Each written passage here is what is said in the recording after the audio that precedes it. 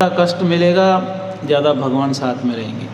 कुंती महारानी भी आगे कहते आगे के श्लोकों में, भगवान आज आप जा रहे हैं हमको छोड़ के, क्यों जा रहे हैं? इसलिए जा रहे हैं कि आपको लग रहा है कि सारी समस्याएं दूर हो गई। ये कौरव सब 100 के 100 मर गए और युधिष्ठिर राजा बन गए, इसलिए आप अभी निश्चिंत होकर द्वारका की ओर जा रहे हैं। आप अगर ऐसे सोच रहे हैं कि कष्ट चले, सारे कष्ट दूर हो गए इसलिए आप दूर होना चाहते हैं, तो भगवान मैं तो चाहती हूँ कि मुझे बार बार कष्ट दीजिए और आप हमारे साथ रहिए। भगवान के सानिध्य, भगवान का प्रेम, भगवान का स्नेह, इसमें जो आनंद है, इस सांसारिक सुख दुख में क्या रखा है? इसमें दुख मिले सुख मिले इसे हमको कोई लेना देना नहीं, पर कृष्ण हमारे साथ रहे ये विचार करने योग्य विषय है। कृष्ण साथ है या नहीं, इसलिए सोचिए अगर हम सबको ये ऑप्शन दिया जाए, बहुत सांसारिक सुख कृष्ण के बिना भगवान आपके साथ नहीं रहेंगे, दूर होंगे, या तो बहुत सारे कष्ट पर भगवान की भक्ति भी आप कर रहे हो, कौन सा अच्छा है? पहला सुख विथ नो कृष्णा, या दूसरा कृष्ण के साथ दुख भी चाहिए? पहला कौन कौन चाहते? सुख चाहिए पर कृष्ण नहीं चाहिए, कोई नहीं चाहते। कितने लोग चाहते दुख मिले पर कृष्ण साथ रहे? सब मिले तो आप दुख चाहते हैं। तो भागवत कथा सुनने इसलिए आए होंगे कि सारा दुख दूर हो जाए पुरुषोत्तम माँ से, पर फिर भी भक्तों के भाव तो रहता है, भगवान जो परिस्थिति में रखना है रखिए, आप हमारे साथ रहिए। आपका साथ रहना ज़्यादा जरूरी है। और भक्त भी यही विचार करते हैं, भगवान श्री कृष्ण की सानिध्य प्राप्त हो, भगवान का दर्शन, भगवान के स्मरण, भगवान के चिंतन, हरि कथा श्रवण कीर्तन, इसी में हम डूबे रहें, बदले में हमको कितना भी कष्ट मिले हमको कोई चिंता नहीं। भगवान के पास जाके मांगेंगे नहीं हमको ये दे दो दे दो, मांगना चाहिए भी नहीं, क्योंकि भगवान को पहले से पता है हमारा स्थिति क्या है। इसलिए भक्तों के स्वभाव क्या है, वो कष्ट आने पर भगवान से दूर नहीं हो जाता, कष्ट आने पर भगवान की ओर और दौड़ कर आता है। एक छोटा उदाहरण और हम देते हैं कि आप सोचिए छोटा सा बच्चा है, अब उसको कोई डराने के लिए मारने के लिए एक छड़ी लेकर आया, तो बच्चा भाग कर आ जाएगा। कोई गलती हो गया उससे, कोई डराया और वो भाग कर आ गया, और भाग भाग के आगे और आकर वो बच्चा माँ को या पिताजी को पकड़ लिया, पिताजी के पास आ गया पहले, और पास आके देख रहा है वो आ रहा है कि नहीं छड़ी लेके, और वो और दौड़कर छड़ी लेके नज़दीक आ रहा है पीटने के लिए। तो बच्चा क्या करेगा? पिताजी को जोर से और पकड़ लेगा, और नज़दीक आ गया, देखा तो बिल्कुल आंख बंद करके और ज़ोर से पकड़ लेगा, फिर धीरे से छुप के देखेगा वो आदमी आ रहा है कि नहीं, देखेगा और नज़दीक आ गया तो क्या करेगा वो और ज़ोर से पकड़ के, अब तो बाहर दिखेगा ही नहीं, अब बिल्कुल आंख बंद करके मुँह छुपा के वहीं पकड़ के रहेगा। इसको कहते शरणागति। वो भाग के दूर क्यों नहीं जा रहा है? वो आदमी नज़दीक आ रहा है पीटने के लिए, पर वो बच्चा दूर नहीं भाग रहा है और जोर से पकड़ रहा है। इसे क्या सीखते हैं कि हमारे रक्षक हमारे पिताजी, ऐसे वो बच्चे को लग रहा है मुझे मेरे पिता ही बचा सकते हैं, कुछ भी हो जाए मुझे इनको छोड़कर कहीं नहीं भागना है, कहीं और जाएंगे तो कोई रक्षा नहीं मिलेगा। इसको कहते हैं शरणागति। वैसे भक्तों के जीवन में कष्ट आया तो भगवान की ओर दौड़ के आते हैं, और ज़्यादा कष्ट आया और भगवान के निकट आ जाते हैं, बहुत ज़्यादा कष्ट आया तो बहुत ज़्यादा नाम जप करना चालू कर देते हैं, नाम जप कीर्तन शास्त्र पढ़ना, इसमें डूब जाते हैं। ऐसा नहीं कि ज़्यादा कष्ट आया तो हम तो भक्ति कर रहे हैं, हरे कृष्णा जप रहे हैं, कुछ हो नहीं रहा है, अब तो हम छोड़ दिए। क्यों छोड़ दिए? बहुत कष्ट आया, सारे संपत्ति सब लुट गया। बॉम्बे में प्रभु जी कथा कर रहे थे, एक धनी व्यक्ति वो भी बैठा था सत्संग में, तो भक्त को कैसे भगवान बचाते हैं इसके प्रसंग चल रहा था। तो बाद में कथा के बाद हाथ उठाया, प्रभु जी हम तो बहुत धनी थे, हमारे 10 फ्लैट थे, यहाँ पर 10 घर थे, और जैसे ही इस्कॉन का लाइफ मेंबर बने, इस्कॉन में डोनेशन दिए, उसके बाद एक एक करके सारे घर को बेचना पड़ गया, बिल्कुल लुट गए सब, अब एक ही घर बचा हुआ है। तो प्रभु जी कहे कि वो तो इस्कॉन के मेंबर बन गए इसलिए एक बच गया, नहीं तो वो भी जाता आपके हाथ से। बाद में समझाते हैं, देखो इस संसार में जब भगवान किसी के ऊपर कृपा दृष्टि डालते हैं, हरिष्य तत् धनम सनई, जिसके ऊपर कृपा करते उसके सारे धन को छीन लेते हैं। ये भगवान की कृपा करने की तरीका है। हम भगवान को नहीं सिखा सकते, भगवान आप इस तरीके से कृपा करो। हम लिस्ट लेके नहीं जा सकते, भगवान ये कृपा है, देख लेना, कर लेना। भगवान हमसे ज़्यादा ज्ञानी है। तो इसलिए भगवान को सिखाने की आवश्यकता नहीं। हमारा गलती क्या है, हम भगवान को सलाह देते रहते दिन रात, बार बार जाके मंदिर में हाथ जोड़ के, भगवान ये समस्या है, भगवान वो समस्या है, भगवान आपको पता है कि हमारे साथ ये हो रहा है, आपको पता है हमारे साथ अन्याय हो गया, आपको पता है मैं ऐसा बीमारी आ गया, मरने वाला हूँ। ऐसे ऐसे भगवान को सलाह देते हैं। तो ये भक्ति की और शरणागति के लक्षण नहीं है। शरणागति मतलब आपको पहले से पता हमारा स्थिति क्या है, हमको आपको समझाने की आवश्यकता नहीं है। आप जैसे चाहे वैसे करिए, हमारे साथ जो करना चाहिए करिए, हम तो आपका भक्ति और सेवा में डूबे रहेंगे। ये भक्तों के लक्षण है। तो यहाँ पर प्रभुपाद जी कहते हैं ज़्यादा कष्ट आ रहा है तो समझ जाओ किन के कृपा दृष्टि आपके ऊपर, भगवान कृष्ण के कृपा दृष्टि है। क्योंकि कई बार ज़्यादा सुख भी भगवान से दूर कर लेता है। कृष्ण बहिर्मुख हो जाते हैं, ज़्यादा धन ऐश्वर्य आ गया तो, ज़्यादा संपत्ति, सब कुछ धन है, परिवार में सब प्रेम करने वाले हैं, सब संसार में बढ़िया चल रहा है, तो उनको लगता है ये परमानेंट है, 1 करोड़ साल तक यही चलेगा, ऐसे उनको लगता है, और कृष्ण के पास नहीं जाते हैं। जब सब प्रतिकूल परिस्थिति आता है तो रोते हुए दौड़ के आते, हे भगवान बचाओ। अगर प्रतिकूल परिस्थिति कृष्ण की ओर लेकर आता है तो प्रतिकूल परिस्थिति ही हमारे लिए कल्याणकारी है, वो ही हमारे लिए शुभ कार्य है।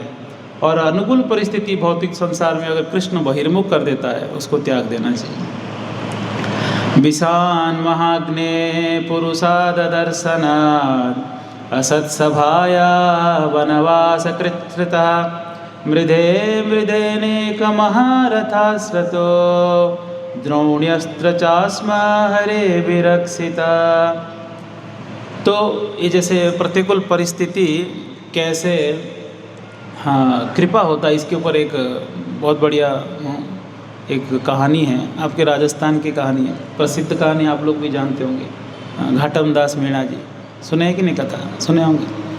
तो घाटम दास जी वो इसी प्रांत के थे, इधर आ जाओ देशराज, सुनाई नहीं देगा वहाँ तक। तो एक घाटम दास मीणा जी जो है राजस्थान की थे, इसी प्रांत के थे, कहीं बहुत बड़े भक्त बने, उनकी प्रसंग आता है। तो वो उनके पूरे परिवार जो है चोरी करना इत्यादि व्यवसाय में, पूरे पूर्वज खानदान ऐसे ही काम करता था। उनके पूरे कम्युनिटी जो वहाँ पर था, पूरे कम्युनिटी यही काम पे लगा था। तो उनके पिताजी, घाटम दास के जो पिताजी थे, उनके और भी भाई थे सब घाटम दास के, सबको समझा दिए थे, देखो कथा सुनने कभी मत जाना। क्यों? कथा सुनोगे तो आप सुधर जाओगे तो चोरी करने के लिए इच्छा नहीं होगा, चोरी नहीं करोगे तो घर कैसे चलेगा, ऐसे उनको ज्ञान दिए थे। तो घाटम दास बड़े आज्ञाकारी पुत्र है, ठीक है, कोई कथा में हम नहीं जाएंगे, कहीं नहीं बैठेंगे। पर एक दिन क्या हुआ, राजा ने बहुत सारे गुप्तचरों को, पुलिस को पकड़ने के लिए भेजे थे। तो घाटम दास पकड़ में आ ही रहा था, भगा रहे थे पुलिस को, भाग के। अब वो भागते भागते ऐसे स्थिति में आ गया कि उसको कथा पंडाल के अंदर से भागना था, इतने सारे लोग बैठे हैं और उधर से भागना था, और कोई रास्ता था नहीं। और वो देखा, अरे यहाँ तो कथा चल रही है, अगर यहाँ कथा सुन लिया तो पिताजी मना किए, आज्ञा का उल्लंघन हो जाएगा, चोरी करना बंद हो जाएगा। इसीलिए वो डर के कथा पंडाल की ओर जब भाग रहे थे तो कान बंद कर दिए, जोर से बंद करके भाग रहे थे कि कहीं कथा कान में ना चला जाए। देखिए कितना आज्ञाकारी है।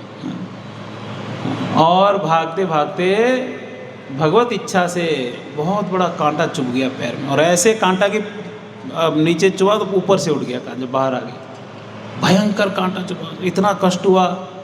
अब उसको कांटा निकालना ही नहीं तो पुलिस पकड़ेगा, तो कांटा निकालने के लिए कान से हाथ निकालना पड़ा, कांटा निकाल दिए और भाग गए। वो जो कष्ट उसको मिला, वो कष्ट ही उसके जीवन को बदलने वाला था। वो कांटा चुभना ही उनके लिए मंगलमय था। और जैसे कान खोल दिए, कांटा निकाल रहे थे, कथा अंदर चला गया, थोड़ा बहुत जो भी कान में पड़ गया, और वो दौड़कर चले गए। फिर जाकर देखे बाद में वो लोग सब चोरी करके सामान लाते हैं तो बंटवारा करते हैं ईमानदारी से, चोरी के सामान भी ईमानदारी से बंटवारे होते हैं। और काली माता के उपासक होते हैं, तो वहाँ पर जंगल में एक जगह इकट्ठा होकर उन लोग का मीटिंग चल रहा था, तब वहाँ पर काली माँ प्रकट हो गई। क्योंकि राजा बोल रहा था कि इनको पकड़ना संभव है कि नहीं, तो किसी ने कहा कि मैं पकड़ लूँगा, ये सब काली माँ के भक्त है, हम इनको धोखा देंगे, बढ़िया काली माँ के रूप में जाएंगे और पकड़ लेंगे। कहीं ना कहीं एक जगह इकट्ठा तो होते ही होंगे। तो काली माँ के रूप में एक आदमी आ गया और काली माँ बिल्कुल प्रकट हो गई जंगल में, मसाल लेके हाथ में अग्नि, हाँ, और जीव बाहर निकाल के प्रकट हो गई उधर। तो सब लोग देखे, जय माँ काली, जय माँ काली, काली माँ आ गई, सब दंडवत प्रणाम कर ली। पर ये घाटमदास जो है, ये देखा तो इनके मन में एक बात आई। कौन सी बात? मैं कथा में एक बात सुना था। कौन सी बात? कि देवता जो होते हैं उनके गले में माला कभी मुरझाते नहीं हैं, इसका तो माला सूखा सूखा लग रहा है। देखो, दौड़ते दौड़ते सुन लिया था।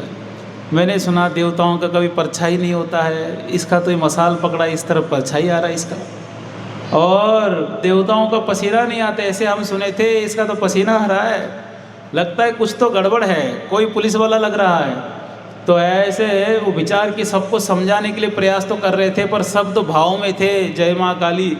तो इसलिए ये सोचे कि इनके चक्कर में हम भी मरेंगे आज इधर, तो इसलिए चुपचाप भाग गए वहाँ से।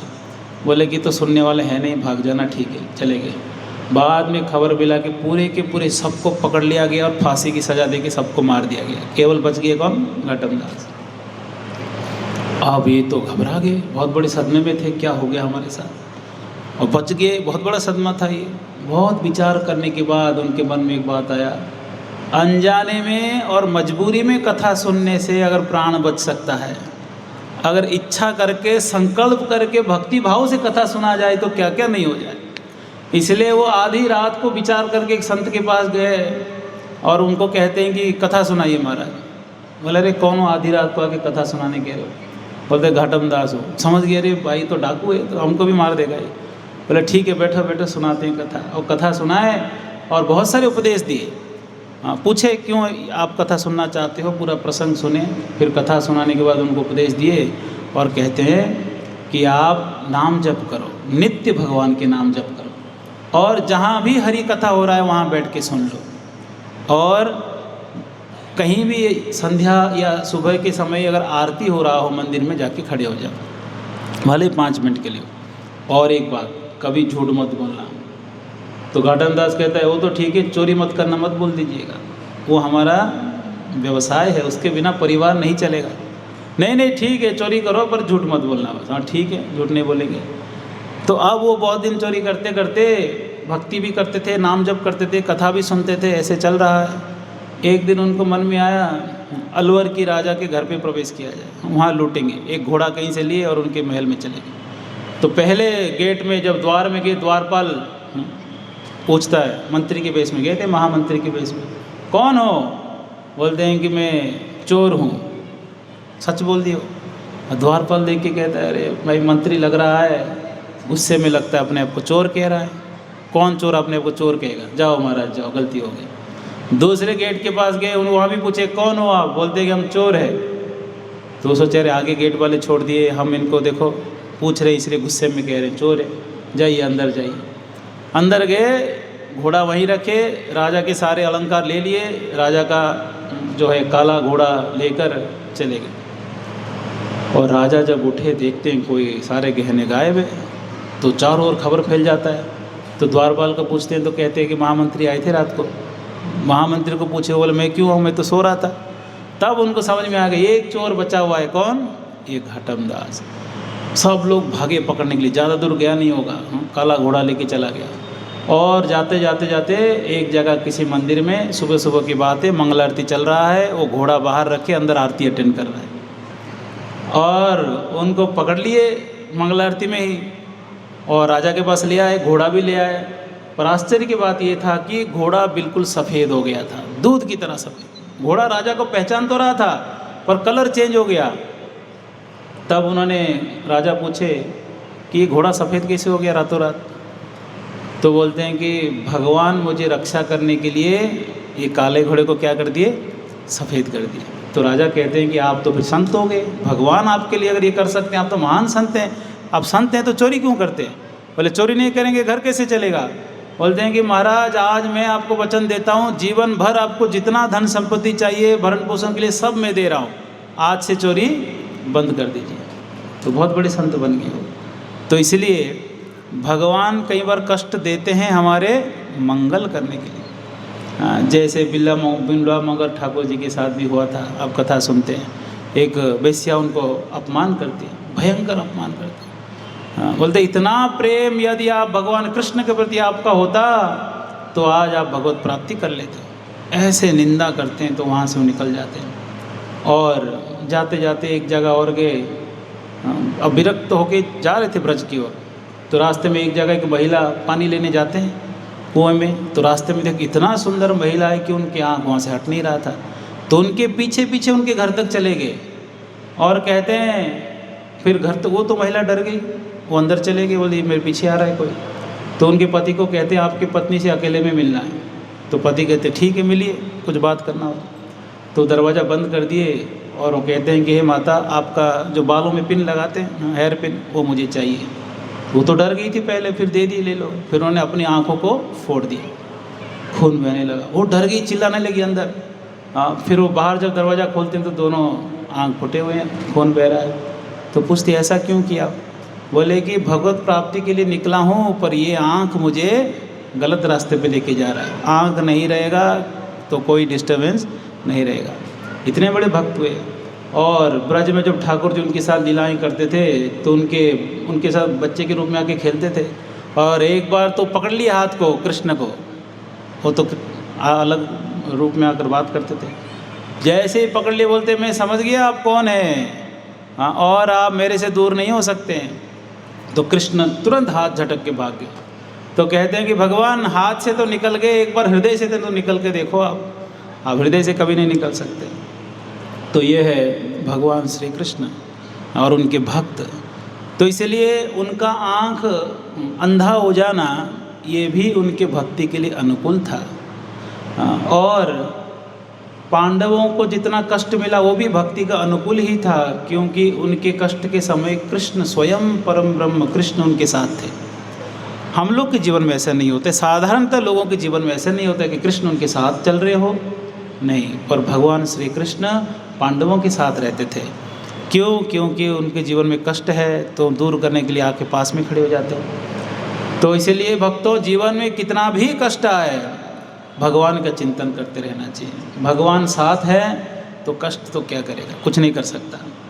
और यहाँ पर कुंती महारानी सब याद करते हैं। विषान महाग्ने पुरुषाद दर्शनात् असत सभाया वनवास कृच्छ्रिता मृधे मृधेनेक महारथास्रतो द्रोण्यस्त्र चास्म हरेभिरक्षिता। तो हे हरि, हे भगवान, हे कृष्ण, आपने बहुत बार हमको रक्षा की। विष दे दिए भीम को तो भी आपने रक्षा कर लिया। और जंगल में भीम जैसे युद्ध कर रहा था ना राक्षस हिडिंबा जैसे राक्षसी से, तब भी आपने रक्षा किया। और द्रौपदी का वस्त्र हरण हुआ, प्रयास किए वो अपमान करने के लिए, तब भी आप रक्षा कर दिए। और इतना बड़ा जो महाभारत युद्ध हुआ उसमें भी आपने रक्षा किए, अश्वत्थामा के ब्रह्मास्त्र से भी रक्षा की। महाभारत युद्ध में भीष्म पितामह, द्रोणाचार्य, कर्ण, ये बड़े बड़े योद्धा थे। भीष्म पितामह जैसे योद्धा के सामने पांडव तो छोटे बच्चे थे। मानो भीष्म पितामह बहुत बड़े समुद्र में जो तिमिंगल होता है मछली, इतने बड़े मछली है, तो ये तो छोटे छोटे मछली हैं, इनको तो ऐसे ही निकल जाते पहले ही दिन। पर फिर भी पांडव क्यों जीत गए? क्योंकि भगवान उनके पक्ष में खड़े थे। ये शाम पक्षे जनार्दन, जिनके पक्ष में जनार्दन भगवान श्री कृष्ण खड़े हैं तो फिर उनका जीत तो होना ही था। तो इसलिए भगवान अगर जिस तरफ खड़े हो गए उनका जय जयकार होना ही होना है, ये तो निश्चित है। तो भगवान श्री कृष्ण अर्जुन के सामने खड़े हो गए। अलग से युद्ध करने के लिए उनका कोई इच्छा नहीं था, मैं अलग से युद्ध करूंगा, कहीं और रथ में बैठ के कहीं और लड़ते हुए चला जाऊंगा, अर्जुन लड़ते हुए कहीं और चले जाएंगे, कुछ हो गया तो कौन बचाएगा। इसलिए मैं सारथी बनने तैयार हूँ, सामने खड़ा रहूँगा अर्जुन के सामने, कुछ भी आए तो मुझे पहले, हाँ, कोई भी तीर मुझे लगे। ऐसे भगवान की इच्छा था। सारथी ड्राइवर बनना ही तो शूद्रों का काम है, और वो ड्राइवर बन गए। बताइए, ऐसे स्थिति स्वीकार करने के लिए वो तैयार है, दास बनने के लिए तैयार है। ऐसे भगवान हैं हमारे जो भक्तों का भी दास बन जाते हैं। ऐसे भगवान को भक्ति नहीं करेंगे तो किनका भक्ति करेंगे, बताइए। और जहाँ भगवान श्री कृष्ण हैं वहाँ पूरे ब्रह्मांड आपको रक्षा करने के लिए आ जाता है। ये महाभारत युद्ध में हमको पता चलता है। महाभारत युद्ध में देखिए कौन कौन रक्षा करने के लिए आए थे। थोड़ा महाभारत चर्चा भी कर लेते हैं, क्योंकि श्लोक ही महाभारत की ओर इंगित कर रहा है। हनुमान जी को भीम एक बार मिले थे। कहाँ पर? जब वो उत्तर की ओर सहस्र कमल पुष्प को लेने के लिए द्रौपदी माता भेजते हैं। कहीं से एक फूल उड़ के आता है वनवास के समय, और 1000 पंखुड़ी वाला कमल फूल देख के द्रौपदी माता भीम को कहते मुझे ये फूल चाहिए जहाँ से भी आया। बोले कहाँ से आया? उत्तर की ओर से आया। वो समझ गए तो कुबेर लोग से आया होगा, यक्षों के उधर से। चलते हैं ले आते हैं। 10,000 हाथी का बल, कौन क्या करेगा देखते हैं। अगर वो पहुँच जाते तो वहाँ बहुत बड़ा लड़ाई हो जाता, यक्षों को मार देते। जैसे ध्रुव महाराज यक्षों को मार रहे थे, स्वयंभू मनु आके रोकते हैं, ऐसे अगर भीम वहाँ पहुँचते तो यक्षों को भीम भी मार सकते थे। और वो बहुत उत्साह से बिल्कुल जंगल की ओर निकल पड़े, अभी उत्तर की ओर। जो भी सामने आया, हाथी आया उठा के फेंक दिए, पेड़ पौधे जो आया उसको तोड़ तोड़ के जा रहे थे। ऐसे वहाँ पर वातावरण हो गया कि देवता लोग भी डर गए कि अब आगे क्या होने वाला है। तो वहाँ पर एक छोटा सा बंदर रास्ते में सोया है और पूँछ उसका, रास्ते में पूँछ रख दिए। तो हनुमान जी वहाँ से जाते जाते, भीम जाते जाते देखते हैं बंदर को। बंदर पूँछ हटा दो, मुझे जाने दो आगे। छोटा सा बंदर इसलिए उठा के फेंके नहीं। हाथियों को तो फेंक देते थे पर बंदर को नहीं फेंके उठा के। पूँछ हटा दो, मुझे जाने दो आगे। तो क्या कह रहा है बंदर? मैं तो बूढ़ा हो गया, अभी मेरा पूँछ उठाने के लिए भी मेरे पास शक्ति नहीं है। तो बोलते आप ही उठा के साइड कर दो और निकल जाओ आगे। और भीम सोचे ठीक है साइड कर देते हैं। जैसे पूँछ उठाते उठ ही नहीं रहा। बहुत प्रयास करते हैं, पूँछ नहीं उठ रहा है बंदर का। तो समझ गए ये कौन हो सकते हैं, ये हनुमान जी हैं। तुरंत समझ गए और प्रार्थना किए, हे वायुपुत्र, आप भी वायुपुत्र, मैं भी वायुपुत्र, आप मेरे बड़े भाई हुए। हाँ भैया आप हनुमान जी आप ही हो, मैं समझ गया, आप दर्शन दीजिए, आप अपने स्वरूप में आइए। तो हनुमान जी अपने स्वरूप में आते हैं और प्रार्थना करते हैं कि आप दर्शन दिए, हाँ बहुत बहुत आभारी हूँ। तो हनुमान जी कहते आगे मत जाओ, यहीं रहो, अभी ज़्यादा तोड़ फोड़ करने की ज़रूरत नहीं है। और भीम बोलते हैं कि भैया बहुत इच्छा, एक हाँ मेरे मन में एक इच्छा है। कौन सा इच्छा? आपने जिस रूप में आप लंका छलांग लगाए थे वो रूप का दर्शन कराइए। हनुमान जी कहते वो बहुत बड़ा रूप था, उस रूप का आप दर्शन कर नहीं पाओगे, अलग युग है, वो अलग युग है, करोड़ों साल पहले वो युग, वो रूप लिया था हमने। नहीं नहीं मुझे अब देखना है वो रूप। जिद करने लगे तो हनुमान जी बोले ठीक है, और कह रहे तो दिखाता हूँ। हनुमान जी इतने विशाल रूप लिए तो भीम देख रहे हैं कि आसमान आकाश के ऊपर उनके सर है हनुमान जी का, और इतना विशाल शरीर, छोटे से भीम ऐसे देख भी नहीं पा रहे, उनका सर तो दिख नहीं रहा है ठीक से। भीम खुश हो गए, वाह हनुमान जी वाह, कितना बड़ा स्वरूप आप लिए थे छलांग लगाने के लिए। तो बोलते हैं कि भीम ये 1/4 है, पूरा अगर रूप दिखाऊं तो तुमको दिखेगा नहीं, मैं जितना बड़ा रूप लिया था उसका 1/4 है। ऐसे ऐश्वर्य को दिखाते हैं। हनुमान जी बहुत पावरफुल थे, छलांग लगा के चले गए वो लंका में। तब हनुमान जी फिर बातचीत करते हैं अपने स्वरूप में आके और कहते हैं आप पांडवों के ऊपर बहुत अन्याय हुआ है, बहुत कष्ट मिला, और मैं आप जब महाभारत युद्ध होने वाला है आगे, और महाभारत युद्ध के समय अर्जुन के रथ में मैं ध्वजा में रहूँगा, और जब जब भीम तुम गर्जना करोगे, जोर से चिल्लाओगे, तब मैं भी साथ में चिल्लाऊंगा, और हम दोनों की गर्जना से कई लोग मर जाएंगे बिना युद्ध किए ही। और सही में महाभारत युद्ध में भीम जब गर्जना करते थे, और जो कपित ध्वज श्लोक आता है पहले अध्याय में, अर्जुन के रथ के ध्वजा में कपि यानी हनुमान जी विराजमान है, और जब दोनों मिलकर गर्जना करते थे, कई हाथी घोड़े ऐसे ही मर जाते थे मलमूत्र त्याग के डर के मारे। तो भीम बहुत पावरफुल थे। इसलिए अब कोई एक आर्टिकल हम पढ़ रहे थे जिसमें कोई एक संत अपने अनुभव बता रहे थे कि अभी भी अश्वत्थामा घूम रहे हैं। तो अश्वत्थामा को मिले थे एक बार। तो अश्वत्थामा को पूछे कि महाभारत में सबसे पावरफुल व्यक्ति कौन था? तो अश्वत्थामा कहते हैं कि भीम था। ये भीम असुर था या आदमी था आज तक मुझे समझ में नहीं आया, क्योंकि ये जब चिल्लाता है तो लोग मर जाते थे। ये इतना ज़ोर से चिल्लाता है भीम, तो इसलिए भीम बहुत पावरफुल थे। और हनुमान जी आकर महाभारत युद्ध में भाग लिए, बिना लड़ाई किए गर्जना करते थे ध्वजा पे बैठकर, कपित ध्वजा। तो इसलिए आप अगर भगवान श्री कृष्ण की भक्ति करेंगे, प्रभु रामचंद्र जी की भक्ति करेंगे, हनुमान जी स्वतः आपको रक्षा करने आ जाएंगे। अलग से देवी देवताओं की उपासना करने की आवश्यकता नहीं पड़ेगा। और कौन थे युद्ध में? जब युद्ध कर रहे थे तो वहाँ पर जयद्रथ की जब घटना हुआ, दोनों चीज़ में कह रहा हूँ, देवताओं कैसे रक्षा करने आते हैं और भगवान महाभारत युद्ध में कैसे रक्षा किए पांडवों को, दोनों चीज़ की मैं समझा रहा हूँ। तो महाभारत युद्ध में एक दिन हुआ कि अभिमन्यु को मार दिए सब लोग धोखे से। अब उसमें एक गलती भीम का और युधिष्ठिर का भी था। कौन सी गलती? कि उनको अकेला नहीं छोड़ना था। तो रात को जब अर्जुन युद्ध करके आते हैं, युद्ध के बाद क्या उनका भी एक बहुत बड़ा कैंप लगता है ना, राजमहल की तरह सजाए रहते हैं, सबका सीट होता है, आसन गोल्डन है ना, बिल्कुल सोने का आसन होते हैं, सब आके बैठते हैं, चर्चा करते हैं रात को क्या युद्ध हुआ दिन भर। तो वहाँ पर जब अर्जुन आते हैं तो सब लोग दुखी बैठे हैं, सब रो रहे हैं। तो अर्जुन आके, कृष्ण अर्जुन आते हैं, देखते सब रो रहे हैं, तो पूछते हैं क्या हुआ, युधिष्ठिर महाराज को पूछते हैं, भीम को पूछते हैं, वो भी थके हुए आए युद्ध से, गुस्से में तो थे ही ऐसे ही। तब जब अभिमन्यु की सीट देखते हैं, वो आसन खाली है। ये देखकर अर्जुन बिल्कुल बहुत गुस्से में आ गए, ये कैसे हो गया, रोने भी लगे बहुत देर तक। फिर पूछते ऐसे कैसे हो गया, कहाँ है अभिमन्यु? तो भीम और युधिष्ठिर महाराज कहते हैं कि ये तो इनका हत्या कर दी ऐसे ऐसे धोखे से।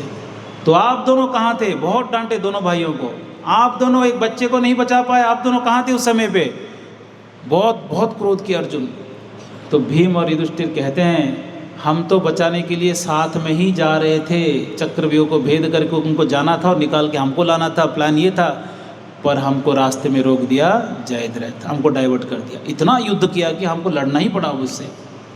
तो सारा गुस्सा कहाँ डाइवर्ट हो गया? जयद्रथ के ऊपर। अब तो इतने क्रोधित थे अर्जुन और उन्होंने संकल्प ले लिए, मैं अगर कल सूर्यास्त तक अगर जयद्रथ को नहीं मारा तो मैं अग्नि में प्रवेश कर लूँगा। और गुस्से में बोल के चले गए, बहुत गुस्से में। और रात को सब सो गए, क्या ही सोए होंगे इतना दुख में। सुबह उठते ही युद्ध में जाने के लिए सब तैयार होकर बाहर आते हैं, एक दूसरे को सब प्रणाम करते हैं, आलिंगन करते हैं। जब भगवान युधिष्ठिर महाराज को मिलने जाते हैं तब युधिष्ठिर महाराज दुखी होकर कहते हैं कि हे कृष्ण, ये अर्जुन जो है क्रोध में संकल्प तो ले लिया, अगर जयद्रथ को बचा लिए, छुपा लिए कहीं, तो फिर ये तो अग्नि में प्रवेश कर लेगा, मेरा एक भाई जाएगा मेरे हाथ से। कल तो अभिमन्यु गया, आज मेरे भाई जाएगा। तो कृष्ण हम मुस्कुराते हुए कहते हैं जब तक मैं हूँ आप पांचों भाई को कुछ होने नहीं दूंगा, निश्चिंत रहो। और कृष्ण जब युद्ध में साथ में जाते हैं, उस दिन जो भयंकर रूप लोग देखे, उस दिन सब लोग डरे हुए थे, अर्जुन के सामने आने के लिए डर रहे थे उस दिन, इतने क्रोध में इतना भयंकर युद्ध कर रहे थे उस दिन। और युद्ध करते करते ऐसे हजारों लाखों सैनिकों को, राजाओं को मारते हुए जब आगे बढ़ रहे थे, आगे बढ़ते बढ़ते बढ़ते शाम को 4 बजे तक वो पहुंच गए कहाँ पर? जयद्रथ के आसपास। और जयद्रथ को पीछे छुपा के आगे द्रोणाचार्य और आगे दुर्योधन और भी सब महारथी खड़े थे, बहुत पीछे जयद्रथ है। तो दूर से 20 किलोमीटर दूर से जब देखते हैं कि अर्जुन का रथ आ रहा है बहुत तेज़ी से और ऊपर अर्जुन के रथ की ध्वजा दिख रहा है, तब दुर्योधन को द्रोणाचार्य कहते हैं जाओ जाओ आगे जाओ, रोको उसको। दुर्योधन डर के मारे कहते हैं आज बड़े गुस्से में अर्जुन, मैं तो नहीं जाऊंगा, नहीं तो आज ही मेरा लास्ट डे होगा आज महाभारत में। वो पीछे हो गया। इतने मतलब डरपोक थे ये लोग, बहुत डरते थे। भीम को तो बहुत ज़्यादा डरता था दुर्योधन। और अर्जुन लड़ते हुए आ रहे थे तो युधिष्ठिर महाराज कहते हैं भीम को जाओ जल्दी जाओ, जाकर अर्जुन को आप सपोर्ट करो, वो अकेला जा रहा है उधर। तो भीम कहता है ठीक है मैं चला तो जाऊंगा। और युधिष्ठिर पूछते हैं कि तुम पहुंच गए कि नहीं उनके पास, क्योंकि रास्ते में ऐसे थोड़ी कि हाईवे नेशनल एक्सप्रेस वे और चला गया, वो तो युद्ध करते हुए जाना है, कई लोग बीच में मारने के लिए आ जाएंगे, पूरे रास्ता लड़ते हुए जाना है। तो पहुँचे कि नहीं कैसे पता चलेगा मुझे? तो भीम कहते कोई बात नहीं, मैं वहाँ से चिल्लाऊँगा ज़ोर से, अब बताइए पूरे युद्ध में इतने भयंकर आवाज़ होता है, इतने हाथी घोड़े चिल्लाते, इतने लोग, इतने विस्फोट होते हैं, इतने भयंकर युद्ध में इतना दूर से ये आवाज़ कैसे लगाएंगे? बोलते कोई बात नहीं, चिंता मत करो, मैं आवाज़ लगाऊंगा, मेरे हनुमान जी मेरे साथ आवाज़ लगाएंगे तो आपको सुनाई देगा। तो ऐसे भीम का बातचीत हो गया। वहाँ भीम भी पहुँच गए और लड़ते लड़ते लड़ते वहाँ पर भीम शाम के समय पूछते हैं, कहते हैं कि अपने सारथी को, अरे देखो पीछे रथ में कितना गदा बच गया। तो पीछे सैनिक देख के, उनके सारथी देख के कहता है 60,000 गदा बच गया है शाम को। कितने? 60,000। अब टीवी में जो रथ दिखाते वो रथ तो अपने बच्चे भी चला सकते हैं, आप भी ढकेलोगे तो गिर जाएगा। इतने बड़े युद्ध में छोटे छोटे रथ नहीं होते थे, ये छोटे रथ होते जब जो बहुत 100 किलोमीटर से ज़्यादा लड़ते हुए चले गए, रिटर्न में आएंगे सारे डेड बॉडी पड़े होंगे, हाथी घोड़े टूटे हुए रथ पड़े होंगे, आ ही नहीं पाएगा दोबारा हो। इतने भयंकर बड़े बड़े रथ हुआ करते थे उस समय पे। तो वहाँ भीम पहुँच गए, अर्जुन लड़ते लड़ते लड़ते देखे सूर्यास्त हो गया। बस सूर्यास्त होने वाला था, सब खुश हो रहे थे, अब अस्त होने दो, अब मज़ा देखेंगे। अर्जुन तो बिना मेहनत का ऐसे ही मर जाएगा, तो मरना नहीं पड़ेगा। सबसे ज़्यादा भय तो अर्जुन के ऊपर है, इसलिए प्रथम अध्याय में तो दुर्योधन पहले ही कह दिया, भीमार्जुन समायुधि, भीम और अर्जुन के समान योद्धा यहाँ पर है। वो डरता था भीम अर्जुन से। तो संध्या की प्रतीक्षा में थे, सूर्यास्त होने जा रहा है और सूर्यास्त हो गया। तो भगवान अर्जुन को कह दिया, अर्जुन कुछ भी हो जाए हाथ नीचे मत करना, क्योंकि धनुष पकड़े हैं, ऐसा हाथ ऊपर रहता है। 1 मिनट के लिए भी हाथ नीचे कर दिए तो आपका सर उड़ जाएगा। क्यों? क्योंकि इतने तीरों की बारिश होता है, तो आपको लड़ना है हमेशा, हाथ नीचे नहीं कर सकते आप। तो कहते हैं अर्जुन हाथ नीचे मत कर देना, कुछ भी हो जाए, वो सूर्यास्त हो जाए तो हाथ नीचे मत करना। तो युद्ध बहुत भयंकर हो रहा है, सूर्यास्त होते ही पूरे कौरव प्रसन्न हो गए, हाथ नीचे कर दिए, युद्ध रोक दिए, सब प्रसन्न हो गए। तो भगवान अर्जुन को कहते हैं, अर्जुन वो देखो सामने जयद्रथ है, उसको मार दो। भगवान सूर्यदेव, तुम मारो, बाद में मैं देखता हूँ, सूर्य कहते चिंता मेरे पे छोड़ दो। तो अर्जुन जैसे तीर छोड़ते हैं उसका सर कट जाता है, उसके पिताजी की गोद में जाके गिरता है। और सब लोग बोलते तो अन्याय हो गया, गलत हो गया, सूर्यास्त के बाद युद्ध चल रहा है। तो भगवान बोले देखो सूर्य वापस आ गया। तो सूर्य प्रकट भी हो जाते हैं, प्रकट भी हो जाते हैं, किनकी इच्छा से? भगवान की इच्छा से। यच्चक्षुरेश सविता सकल ग्रहाणाम राजा समस्त सुरमूर्तिरशेष तेजा यस्यांगया भ्रमति संभृत काल चक्रो गोविंदमादि पुरुषम तमहम भजामि। यच्चक्षुरेश सविता, सूर्यदेव कौन है? भगवान के एक चक्षु है, और वो यस्यांगया भ्रमति, भगवान के आज्ञा से ही घूम रहे हैं वो। इसलिए भगवान बोले थोड़ा छुप जाओ तो छुप गए, जब भगवान बोले वापस प्रकट हो जाओ प्रकट हो गए। सूर्य, चंद्र, इंद्र, वरुण, ब्रह्मा सब भगवान के नियंत्रण में है। कैसे नियंत्रण में है? जैसे बैल के नाक में रस्सी बांध के किसान खींचता है तो बैल आ जाता है, वैसे सारे देवता भगवान के अधीन में, जैसे भगवान चाहेंगे वैसे ही उनको करना पड़ेगा। हाँ, थोड़ा भी इधर उधर नहीं कर सकते। ये है भगवान के नियंत्रण इस संसार में, इसलिए उनका नाम ईश्वर है। ईश्वर यानी नियंत्रक। तो इस प्रकार से भगवान उनको बचाते हैं वहाँ पर। और कर्ण एक बार एक ऐसा अस्त्र छोड़ा कि अब तो अर्जुन को मरना ही था। तो वहाँ शक्ति अस्त्र जब छोड़ते हैं तो सामने भगवान खड़े हो जाते हैं, और भगवान के गले में माला बन जाता है। तो अर्जुन बोलता है आप क्यों खड़े हो गए? हम तो लड़ रहे थे, अभी हाथ तो नीचे किए नहीं, आज लड़ाई तो चल रहा है, क्यों खड़े हो गए? बोले अर्जुन मैं खड़ा हो गया इसलिए मेरे गले में क्या बन गया? माला बन गया। अगर मैं खड़ा नहीं होता तुम्हारे फोटो में माला लग जाता। पूरा उसका इतिहास बताते हैं कि कैसे ये अस्त्र में नरकासुर को दिया था, फिर ये यहाँ तक आया है। और एक बार नाग अस्त्र भेजते हैं, तो भगवान रथ को नीचे जोर से पैर से दबा देते हैं, तो उनका अर्जुन का मुकुट उड़ जाता है। तो इस प्रकार से भगवान अनेकों समय बचाते हैं। भगवान बार बार अर्जुन को बचाते हैं। 18 दिन तक भगवान ही बचा कर आए हैं, और भगवान नहीं होते तो कब का महाभारत समाप्त हो जाता। तो यह है महाभारत, और भगवान ऐसे रक्षा करते हैं। तो इसलिए कह रहे हैं, क्या कह रहे हैं यहाँ पर? मृधे मृधे नेक महारथास्रतो। ये जो महाभारत युद्ध हुआ, बड़े बड़े योद्धा यहाँ पर थे, और ये बड़े युद्ध में आपने हमारे बच्चों को बचा लिया। आप नहीं बचाते तो ये, मैं आशा तो नहीं कर रही थी कि बच भी जाएंगे इस युद्ध में, और ये छोटे छोटे बच्चे हैं, इनका क्या ही उम्र है अभी, अब ये इतने बड़े युद्ध में बचकर बाहर आ गए। ये आपकी कृपा है भगवान, आप रक्षा करते हैं। इसलिए भक्तों, ये संसार में केवल एक ही व्यक्ति है जो हमको रक्षा कर सकते हैं, वो है भगवान श्री कृष्ण। भगवान ही बचा सकते हैं, अन्य देवता कभी किसी को बचाने नहीं आते हैं। वो अगर क्षणिक समय, कुछ समय के लिए कुछ वरदान दे भी दें, क्योंकि उनके पास भी थोड़ा शक्तियाँ होते हैं, वो हमारे हित में नहीं होता है। हमको भौतिक सुख दे देते हैं। भगवान कहते हैं ना भगवद गीता में, भौतिक सुख जिसको चाहिए वो देवी देवताओं के पास जाता है, और उनको भगवान मूढ़ा कहते हैं, मूर्ख व्यक्ति है। वो अपनी इच्छाओं को पूरा करने के लिए यहाँ वहाँ भटकता है, पर उसको भूल जाता है कि भगवान कौन है, मैं ही हूँ, और इन देवताओं को वरदान देने के लिए शक्ति मैं ही देता हूँ, ये बात को भूल जाता है। इसलिए क्या करना चाहिए, कृष्ण भक्ति ही करना चाहिए। भगवान प्रसन्न है, सब अपने आप सबको प्रसन्न होना ही पड़ेगा। जैसे कि वृक्ष के जड़ में पानी दोगे तो सारे पत्ते, फूल, सारे जड़, सब बिल्कुल सारे शाखाएँ स्वस्थ हो जाएंगे, और आपको अगर नहीं एक एक पत्ते में पानी देंगे वो पेड़ सूख जाएगा कुछ दिन में। जड़ में पानी देना जरूरी है। जड़ क्या है, कृष्ण। आदि पुरुषम गोविंदम आदि पुरुषम सर्व कारण कारणम, मूल तो कृष्ण ही है। इसलिए अन्य किसी पे निर्भर नहीं होना चाहिए संसार में। आप कहेंगे पूजा तो करते आ रहे हैं इतने साल से, मना क्यों कर रहे हैं आप? हम तो बहुत पूजा पाठ किए, बहुत भक्ति किए, हमने कितना सेवा किया देवी देवताओं का। तो एक ही प्रश्न है, देवी देवताओं से हमारा व्यक्तिगत संबंध क्या है? इस प्रश्न का उत्तर किसी के पास नहीं होगा, क्योंकि व्यक्तिगत संबंध कुछ है ही नहीं। हमारा व्यक्तिगत संबंध ठाकुर जी से है, क्योंकि भगवान कहते हैं कि सब मेरे बच्चे हैं।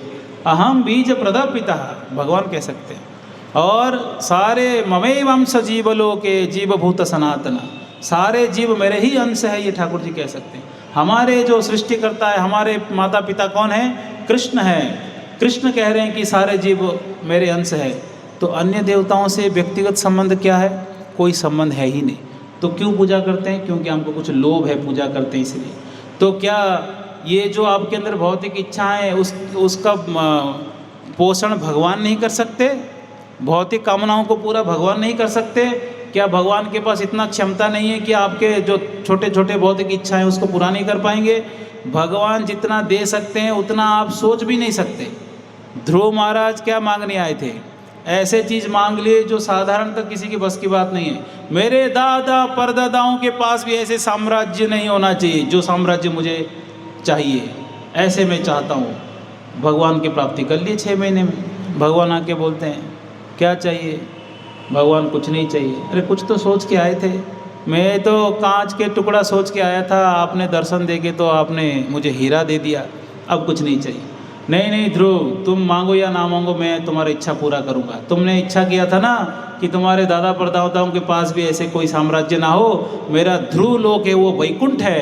वैकुंठ जो है ब्रह्मा जी के अधीन में नहीं आता है, इसलिए मैं वरदान देता हूँ 36,000 साल तक तुम यहाँ पर भूमंडल में शासन करोगे, और उसके बाद ध्रुव लोक यानी वैकुंठ के राजा बनोगे, मैं प्रजा बन जाऊँगा।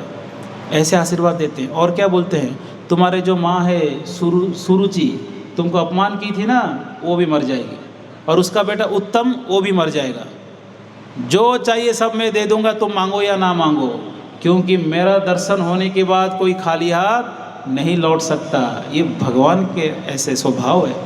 ऐसे भगवान जो वैकुंठ का राजा बना सकते हैं, जहाँ पर देवताओं का जाना भी मुश्किल है। और ऐसे भगवान का भक्ति छोड़ के, हमारे जो वास्तविक असली पिता है उनके भक्ति छोड़ के यहाँ वहाँ ये लोगों को पूजा करने की क्या आवश्यकता है? बताइए।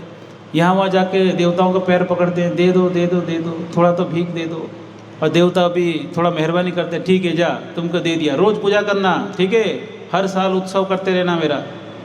और 1 साल अगर नहीं किए तब क्या होगा? वही होगा जो आज हुआ था कथा के पहले। इंद्रदेव की पूजा कितने साल से कर रहे थे हमारे नंद महाराज इत्यादि, कई वर्षों से इंद्रदेव की पूजा करते आ रहे हैं। और एक दिन भगवान कृष्ण पूछ लिए इंद्र की पूजा क्यों कर रहे हैं आप? और इंद्र की पूजा बहुत ज़रूरी है, ये उनकी पूजा नहीं करेंगे तो बारिश नहीं होगा, ऐसे कहते हैं। भगवान कह रहे बारिश नहीं होगा, उसका ड्यूटी है, उसको करना पड़ेगा। बारिश क्यों नहीं होगा? आप अच्छा कर्म करो, बारिश वो करेंगे ही करेंगे। आप उनका पूजा करने की कोई आवश्यकता नहीं है। क्योंकि भगवान के मन में एक विचार है कि इंद्र को बहुत अहंकार आ गया कि इंद्र मैं राजा हूँ, मैं जो चाहूँगा वही होता है। तो इंद्र पूजा बंद करा दी। बोले किसका पूजा करें? बोले गोवर्धन की पूजा करिए, इनके तलहटी में हमारे गाय बछड़े सब चरते हैं, इनके वजह से हम जी रहे हैं, हम वैश्य है, हाँ, कृषि गोरक्षा वाणिज्य ये हमारा काम है। तो गोवर्धन की पूजा करो, गौ माता की पूजा करो। तो इतना कन्विंस हो गए कृष्ण की बात में, सब गो पूजा करने लगे। गो नवरात्र भी होता है, हाँ, इसलिए गोवर्धन पूजा के अगले दिन क्या होता है? गो पूजा होता है। तो गो पूजा करने लगे, गोवर्धन पूजा करने लगे। गोवर्धन पूजा करने के लिए सब लोग इकट्ठा हो गए नंद महाराज जी के कहने से, कृष्ण के कहने से, और बिल्कुल अन्नकूट भोग लगा। बड़े बड़े पहाड़ों की समान रोटी चावल और कुंड के बड़े बड़े कुंड के समान दाल खीर, कितने सारे व्यंजन भोग लगाते हैं, अन्नकूट ऐसे भोग लगाए। और जैसे ही गिरिराज जी गोवर्धन को भोग लग रहा था तो कृष्ण देखे, अरे यहाँ तो भोग लग रहा है, अगर गिरिराज जी नहीं खाएंगे तो उनको श्रद्धा नहीं होगा। तो गिरिराज जी से कृष्ण ही गिरिराज के रूप में प्रकट होकर कहते हैं, मैं गोवर्धन हूँ, मैं सारा भोग खाऊंगा, और लाओ। खूब खा लिए, पूरा बर्तन खाली कर दिए, और लाओ, आनी और। एक गाँव का नाम क्या है? आनी और लाओ, और लेकर और खाऊंगा मैं। तो और लाए तो पूरा खा गए, सब खा गए। बोलते मैं सब खा लिया, आपने जो जो भोग लगाया। फिर वापस कृपा करके सब वापस भी दे दिए। लोग देख रहे थे, अरे ये गोवर्धन तो थोड़ा कृष्ण जैसा नहीं लग रहे हैं आज। कृष्ण भी देखें, यहाँ ये भी खड़ा है, और वहाँ तो गोवर्धन भी थोड़ा कृष्ण की तरह ही दिख रहे हैं। इसलिए गोवर्धन भगवान भी है, भक्त भी है। ये तो ऐसे तो कहते हैं हरिदास वरियम, हरिदास हरि के दासों में श्रेष्ठ दास है, भगवान की श्रेष्ठ भक्त है। पर क्योंकि भगवान गोवर्धन के स्वरूप में आके भोग स्वीकार किए थे, इसलिए भगवान के समान पूजा भी करते हैं। इसलिए मंदिरों में गिरिराज शिला का पूजा करते हुए आप देखेंगे। और भक्तों, गिरिराज जी के ऊपर कभी गलती से भी कदम मत रख लीजिएगा, क्योंकि वो स्वयं भगवान ही है, इसलिए उनके ऊपर कदम नहीं रखना है। हम लोग परिक्रमा करते हैं तो एक जगह आता है जहाँ गोवर्धन के ऊपर से एक रास्ता जाता है, वहाँ नहीं जाते, हम बाहर से जाते हैं। हाँ, अंदर पहले जाते हैं, फिर उसके बाद बाहर निकल जाते हैं, जहाँ गोवर्धन के ऊपर जाना पड़ता है। और गोवर्धन के ऊपर जो मंदिर है वहाँ तो कभी नहीं जाना, बाहर से परिक्रमा कर लो, प्रणाम कर लो। और गिरिराज शिला उठा के घर पे मत ले आओ पूजा करने के लिए। गिरिराज शिला अगर उठाओगे जितना, ये पहले तो गुरु की आज्ञा चाहिए कि गुरुजी हम गिरिराज शिला ले सकते हैं क्या, और गुरु आज्ञा दिए तभी ला सकते हैं। और दूसरा, जितना लाओगे उतना ही वजन का सोना वहाँ छोड़ देना। 1 किलो का लाओगे 1 किलो सोना छोड़ देना उधर, नहीं तो ऐसे गोवर्धन ले चलोगे, गोवर्धन वहाँ तो लुप्त हो जाएंगे। तो इसीलिए ऐसे शिला उठा के नहीं लाना चाहिए, ब्रज से कोई भी चीज़ ऐसे नहीं उठाना चाहिए, क्योंकि धाम से एक कीड़ा भी अगर बाहर आ गया तो आपको अपराध लगेगा, धामवासी को अपने धाम से दूर कर दिया। एक संत थे तिरुपति में, हाँ, और वो ऊपर ही रहते थे, प्रसाद एक दिन टिफिन भर के नीचे कथा सुनने आते थे पहाड़ के नीचे। तो दौड़े दौड़े पहाड़ के नीचे आ रहे थे, और आधी रास्ते में उनको प्रसाद पाना था। पहाड़ से उतरते उतरते टिफिन खोलते, उसमें बहुत सारे चींटियाँ आ गए थे ऊपर से। ऊपर तो तिरुपति मतलब बैकुंठ है, वो तो अनंत शेष, उसके ऊपर ठाकुर जी पूरे बैकुंठ जगत है। वो देखे चींटियाँ आगे, वापस ढक्कन लगाए, फिर भागे पहाड़ के ऊपर, और सारे चींटियों को वहाँ पर निकाले, फिर टिफिन लेकर आए। तो कहते हैं ये बैकुंठ है, यहाँ से एक भी जीव बाहर नहीं जाना चाहिए, उसका पाप मुझे लगेगा। तो इसलिए गिरिराज जी से कुछ भी उठा के मत ले आया करिए कि हम ये उठा के ले आए, वो उठा के ले आए, नहीं। अब वहाँ पर गिरिराज जी का जैसे ही भोग सेवा हो गया, खूब आरती हुआ, कीर्तन हो रहा है, फिर कृष्ण भगवान कहते हैं कि चलो परिक्रमा करते हैं। पहले ब्राह्मणों को भोजन कराओ, बच्चों को भोजन कराओ, महिलाओं को भोजन कराओ, फिर सब लोग भोजन करो, और जो वृद्ध व्यक्ति चल नहीं पाएगा उनको बैलगाड़ी में बिठाओ, बाकी सब चल चल के कीर्तन करते हुए गिरिराज गोवर्धन जी का परिक्रमा करते हैं। और परिक्रमा करते करते करते करते सब लोग, बिल्कुल ऐसा लग रहा है कि मानो वो पूरे 22-21 किलोमीटर में लगता है पूरे के पूरे ब्रजवासी ही दिख रहे थे। कहाँ जगह मिलेगा, कितने लोग थे, इतने लोग परिक्रमा कर रहे थे, गाय बैल के साथ परिक्रमा की। परिक्रमा हो गया, पूजा हो गया, इंद्रदेव को बड़ा क्रोध आ गया, मेरा पूजा बंद कर दिए, इतना अहंकार आ गया इनके अंदर, ये छोटा लड़का बच्चा कृष्ण ये अपने आप को क्या समझता है, मेरा पूजा बंद करा दिया। ऐसे क्रोध में संवर्तक बादल को उन्होंने आदेश दिया, जाओ, ये बादल जो है प्रलय के समय ये बादल का प्रयोग होता है। ये एक एक बूंद अभी सर पे गिरेगा तो आप झेल सकते हो। संवर्तक बादल का बूंद कितने बड़े होते हैं, बड़े बड़े खंबे की तरह होते हैं, और ये एक बूंद गिरा तो आप सीधा पाताल लोक में जाओगे इतने बड़े बड़े बूंद होते हैं। और प्रलय के समय ऐसे बारिश होता है, भयंकर बारिश होने लगा, और इतना भयंकर बारिश होने लगा कि चारों ओर मानो प्रलय आ रहा है, पानी भर गया। तो भगवान गिरिराज जी को धारण करते हैं। गिरिराज महाराज तो प्रसन्न होके स्वर्ग तक पहुंच गए थे, इतना हाइट बढ़ा दिए, प्रसन्न हो गए बिल्कुल। आओ आज ठाकुर जी आएंगे, मुझे उठाएंगे। और जैसे कोई पत्थर बहुत दिनों से पड़ा है, आप उठाओगे तो नीचे कीड़े सब निकलते ना, कीड़े, मिट्टी, गंदगी, ऐसा लगता है। गोवर्धन जी को उठाए तो नीचे ऐसा लग रहा था मानो पहले से किसी ने बिल्कुल सजा के रखा था कि यहाँ भक्त आने वाले, बिल्कुल चमक रहा था, साफ सुथरा। सब लोग, सारे ब्रजवासी सब आ गए गोवर्धन जी के नीचे, और ठाकुर जी 7 दिन तक एक उंगली में उठाकर ऐसे पकड़ के रखे। क्या बताने के लिए कि इंद्र तुम कितना भी प्रयास करो, मेरे भक्तों को तुम कुछ नहीं कर पाओगे, मैं रक्षा करने के लिए सामने खड़ा हूँ। और इतना भयंकर बारिश करने लगे इंद्र, चारों ओर जल भर गया।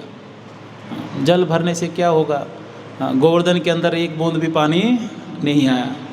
वो तो अगस्त्य मुनि सारा पानी पी गए। बारिश करो, मेरे को बहुत प्यास लग रहा है, पी गए सब। अगस्त्य मुनि को एक बार महादेव जी बुलाए थे प्रसाद के लिए। पार्वती माता कहते हैं कि मुझे वैष्णव भोजन कराना है। महादेव जी कहते हैं देखो, भक्तों को प्रसाद तुम खिला नहीं पाओगे, ढंग से बनाओगे नहीं, वैष्णव सेवा बहुत कठिन होता है, ये सब विचार छोड़ दो। नहीं नहीं नहीं, मुझे भक्तों को खिलाना है। तो अगस्त्य मुनि को बुलाते हैं, भोजन कराते हैं। बन रहा है पूड़ी सब्जी, जो भी बन रहा होगा बन रहा है। अगस्त्य मुनि खा रहे हैं, सुबह से खा ही रहे, उठ ही नहीं रहे हो। तो पार्वती माता थक गए, बोले वो कब उठेंगे, मैं तो थक गई, खूब खा रहे हो तो उठ ही नहीं रहे। तो वैष्णव सेवा पता होना चाहिए कि वैष्णव कितना खाते हैं भाई, वो तो पूरे संसार को खा सकते हैं। जाह्नव मुनि तो पूरा गंगा जी को पी गए थे। और बाद में जब भगीरथ महाराज दौड़ के आते, गंगा जी कहाँ हैं, तो मुनि जाह्नव मुनि कहते मेरे कुटिया को उड़ा के लेके गई, इसलिए पी गया मैं। तो अब तो छोड़ दो, तो फिर छोड़ते हो, है ना। इसलिए गंगा जी का एक नाम पड़ गया जाह्नवी।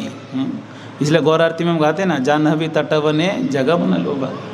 तो ऐसे ही भोजन करते गए, पकड़ते गए, भोजन करते गए, खूब भोजन किए। तो महादेव जी का कहते मैं तो थक गई, तो उठ ही नहीं रहे। तो वैष्णव भोजन कराना पता भी तो होना चाहिए, कैसे भोजन कराना है। तो महादेव जी बोलते हैं एक ही उपाय है, आप ठाकुर जी का स्मरण करो, वही कुछ कर सकते हैं। भगवान का चिंतन किए, भगवान श्री कृष्ण का चिंतन किए। तो वहाँ पर भगवान एक बालक के रूप में आते हैं, बैठ जाते हैं, भोजन करते हैं, तुरंत हो गया, अभी पत्तल फोल्ड कर दिए। तो अब बाबा जी देखे कि तो ये उठ गया, तो मैं ही बैठ के क्या करूँ, वो भी उठ गए। तो भगवान कहते हैं कि महाराज खा तो लिया, अच्छा है, अभी पानी मत मांग लेना, इतना पानी है नहीं इनके पास अभी, इसलिए पानी मैं पिलाऊंगा द्वापर युग में, ठीक है, अब आप चले जाना शांति से। तो जैसे गोवर्धन लीला में बारिश हो रहा है, तो भगवान बोले आ जाओ पियो, प्यास लग रहा था ना, पानी पियो पेट भर के। जितना पानी है सब पिए जा रहे थे, एक भी बूंद पानी नीचे अंदर नहीं गया, सब लोग सुरक्षित है। 7 दिन तक सब ठाकुर जी को देख रहे हैं, क्योंकि ब्रज में सबका चिंता एक ही था। कृष्ण सुबह उठ के बछड़े चराने निकल जाते हैं, और गोपियाँ घर से बाहर आके देखते हैं कृष्ण निकल रहे हैं, देखते देखते आंखों के सामने से ओझल हो गए। तो उनको बहुत दुख होता था, कब कृष्ण आएंगे, पूरे दिन कृष्ण की प्रतीक्षा में रहते हैं। फिर शाम को देखते हैं कृष्ण आ रहे हैं, तो बहुत प्रसन्न हो जाते हैं। तो जाते आते ही जो दिख गए उतना ही, फिर रात को तो खा के विश्राम कर लेते हैं। तो जब गोवर्धन के नीचे बिल्कुल लाखों करोड़ों ब्रजवासी सब देखे कि अरे यहाँ तो कृष्ण तो इतने सुंदर स्वरूप में दर्शन दे रहे हैं, ये तो हमको दुर्लभ है ये दर्शन। हम तो देखते थे, देखते देखते हमारी आंखों के बार बार जो पलक गिरते थे, तो ब्रह्मा जी को गाली देते थे, ब्रह्मा कैसे आंख बनाया बार बार बंद हो रहा है, ऐसे मैनेजमेंट कर दिया, ऐसे शरीर बनाया कि बार बार बंद हो रहा है, दर्शन नहीं हो रहा है, इसको खुला रहना चाहिए था, खुला रहता तो देखते हम भगवान, ऐसे भगवान को सुनाते हो। तो वहाँ दर्शन करते करते 7 दिन तक बिल्कुल संतुष्ट हो गए कि हाँ अब 7 दिन 7 रात कोई काम नहीं, एक ही काम है कृष्ण का दर्शन करो। कृष्ण का एक ही काम है, भक्तों को दर्शन करते रहते, भक्तों को देखते रहते। हर एक व्यक्ति को ये लगता है कृष्ण मेरी ओर ही देख रहे हैं, पूरे 7 दिन कृष्ण मुझे ही देख रहे हैं। और कई ग्वाल वाल तो छड़ी लेकर, लकड़ी लेकर, बड़े बड़े डंडे लेकर पहाड़ पे से नीचे से अटकाते थे, बोलते थे कृष्ण तुम्हारा हाथ दर्द होगा, तुम थोड़ा रिलैक्स हो जाओ, हम पकड़े हैं। बताओ, गोवर्धन पर्वत को लकड़ी से उठाएंगे वो, तो भगवान थोड़ा नीचे करते थे तो सब लकड़ी टूट जाते थे। फिर वो समझ गए कि हमारे बस की बात नहीं है, ये कृष्ण ही उठा सकते। तो ऐसे गोवर्धन लीला हुआ तो इंद्रदेव समझ गए कि कुछ तो गड़बड़ हो गया, मैं गलत समझ गया, ये कृष्ण भगवान है, मैं समझ नहीं पाया। अब जब क्षमा मांगने जाऊं तो शर्म आ रहा है, गलती कर दिया तो शर्म तो आना भी चाहिए। तो इसलिए वो सुरभि माता को सामने रख के आते हैं और हाथ जोड़ के क्षमा कर दीजिए, गलती हो गई। भगवान बोले ठीक है, क्षमा कर दिया। और अभिषेक भी करते हैं, गोविंद कुंड का जल भगवान का अभिषेक का जल है। सुरभि कुंड, सुरभि माता भी अभिषेक करते हैं तो सुरभि कुंड बन गया, आप वहीं दर्शन कर सकते परिक्रमा के समय। तो ऐसे लीला हुआ गोवर्धन लीला। तो कहने का तात्पर्य है कि देवी देवताओं को पूजा करते करते करते आपके पीढ़ी दर पीढ़ी आप पूजा करते आ रहे हो, एक साल अगर पूजा नहीं करोगे तो आपके परिवार में क्लेश उत्पन्न हो जाएगा, कष्ट मिलेगा। और जीवन भर पाप किए हो, अगर एक दिन के लिए हरि भजन करोगे तो वैकुंठ जा सकते हो, इतना शक्ति भक्ति में। बिल्कुल उल्टा है। इसलिए भगवान की भक्ति करना चाहिए, ज़्यादा रिस्क नहीं लेना चाहिए, देव देवताओं के पास नहीं जाना चाहिए। और भगवान कहते हैं आप अगर भक्ति नहीं करोगे तो यहाँ वहाँ भटकोगे, क्या फ़ायदा है। यान्ति देवव्रता देवान् पितृन् यान्ति पितृव्रता भूतानि यान्ति भूतेज्य यान्ति मद्याजिनोऽपि माम्। आप अगर भूतों को पूजा करोगे तो भूत प्रेतों के पास जाओगे, आप अगर देवताओं को पूजा करोगे तो देवताओं के पास जाओगे, और पितरों को पूजा करोगे तो पितरों के पास जाओगे, मेरी पूजा करोगे तो मेरे पास आओगे। इसलिए हम लोग कई भक्तों को कहते हैं पितरों को पूजा मत करो, साल में एक बार श्राद्ध पक्ष में पिंडदान जो करना है करो, गया में एक बार जाके पिंडदान कर दो, भजन भक्ति बढ़िया करो, आपके सारे पूर्वज 100 पीढ़ी तक सब भगवत धाम जाएंगे। तो इसलिए आपको अलग से पितरों को घर पे रखने की आवश्यकता नहीं है, नहीं तो वही क्लेश का कारण बन जाएंगे आपके घर पे। और पितरों को रखना, नारियल बांध के, लाल कपड़ा बांध के रखते हैं। हम तो जो हमारे बात मानते हैं उनको तो बोलते पहले इनको हटाओ यहाँ से, केवल ठाकुर जी का फोटो या विग्रह रखो, उनका पूजा करो, शुद्ध भक्ति करो। पितरों को पूजने की आवश्यकता नहीं है, कोई देवताओं को पूजने की आवश्यकता नहीं है। सारे देवता आपको बचाने के लिए अपने आप आएंगे, आप भगवान के पैर पकड़ो, सारे देवता हाथ जोड़ के आएंगे कि आपके लिए हम क्या कर सकते हैं। ये सिद्धांत है, यही जानना चाहिए हमको। यहाँ वहाँ भटकने से क्या होगा। महाभारत युद्ध में जब युद्ध कर रहे थे जयद्रथ को मारने के लिए, तो रात को जो जयद्रथ को मार के जब लौट के आते हैं तो रात को मीटिंग होता है, तो व्यासदेव जी आते हैं बार बार सांत्वना कराने के लिए। उस दिन जब व्यासदेव जी आए थे तो अर्जुन एक बात पूछते हैं कि महाराज आज मैं युद्ध कर रहा था तो मैं जब तीर छोड़ रहा हूँ तो इस तीर के सामने कोई अग्नि प्रकट होकर लोगों को मार रहा था, मैंने तो कोई मंत्र बोला नहीं अग्नि का, ये कौन सा अग्नि है और ऐसा क्यों हो रहा था। तो व्यासदेव जी कहते हैं कि ठाकुर जी महादेव जी को ड्यूटी लगाए हैं आपको बचाने के लिए, इसलिए आज के युद्ध में मारने के लिए महादेव जी भी साथ में थे, ऐसे व्यासदेव जी कहते हैं।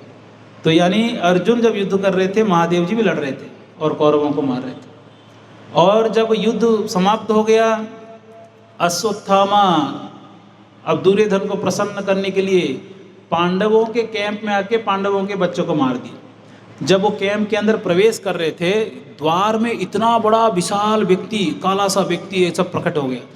अब अंधेरे में तो ठीक से समझ में नहीं आ रहा है कौन है ये। उस समय पे अश्वत्थामा जितना अस्त्र उसको मंत्र पता है सारे अस्त्र प्रयोग कर लिया, एक भी अस्त्र प्रभाव नहीं हुआ उनके ऊपर। तो पूछते अश्वत्थामा कौन है आप महादेव जी हैं क्या कि आपको एक भी अस्त्र का प्रभाव नहीं हो रहा है। और अश्वत्थामा शिव भक्त है, मेरे आराध्य महादेव जी हैं आप। तो कहते हैं कि हाँ मैं ही रुद्र हूँ। तो ठाकुर जी आप यहाँ क्या कर रहे हैं, उनके पूजनीय हो। तो भगवान आप यहाँ क्या कर रहे हैं पांडवों के कैंप में। पांडव तो चले गए दुर्योधन के कैंप में सोने के लिए आज रात को, और आप यहाँ पर हैं। तो महादेव जी कहते हैं ठाकुर जी मुझे यहाँ पर ड्यूटी दिए हैं 18 दिन तक पांडवों के कैंप को बचाने के लिए, मुझे यहाँ ड्यूटी पे लगाए हैं। आज हो गया हमारा ड्यूटी, आज लास्ट डे है, इसलिए हम छुट्टी में जा रहे हैं, हमारा नाइट ड्यूटी ख़त्म, तो इसलिए हम जा रहे हैं। तो इसलिए उन्होंने महादेव जी एक तलवार देते हैं, बोलते जाओ तुमको जो करना है करो अंदर। और वो जाकर पांडवों के 5 बच्चों को मार देते हैं। और पांडवों को मारने गए थे, पर भगवत इच्छा देखिए, पांडवों को ठाकुर जी लेकर दुर्योधन के कैंप में सुला दिए, जबकि भगवान को पता था ये वहाँ होने वाला है, सब भगवत इच्छा से होता है। तो वहाँ पर महादेव जी दर्शन देते हैं। क्या पता चलता है इससे कि पांडवों को बचाने के लिए 18 दिन से महादेव जी वहाँ पर द्वारपाल बन के खड़े थे। ये है भक्तों का शक्ति।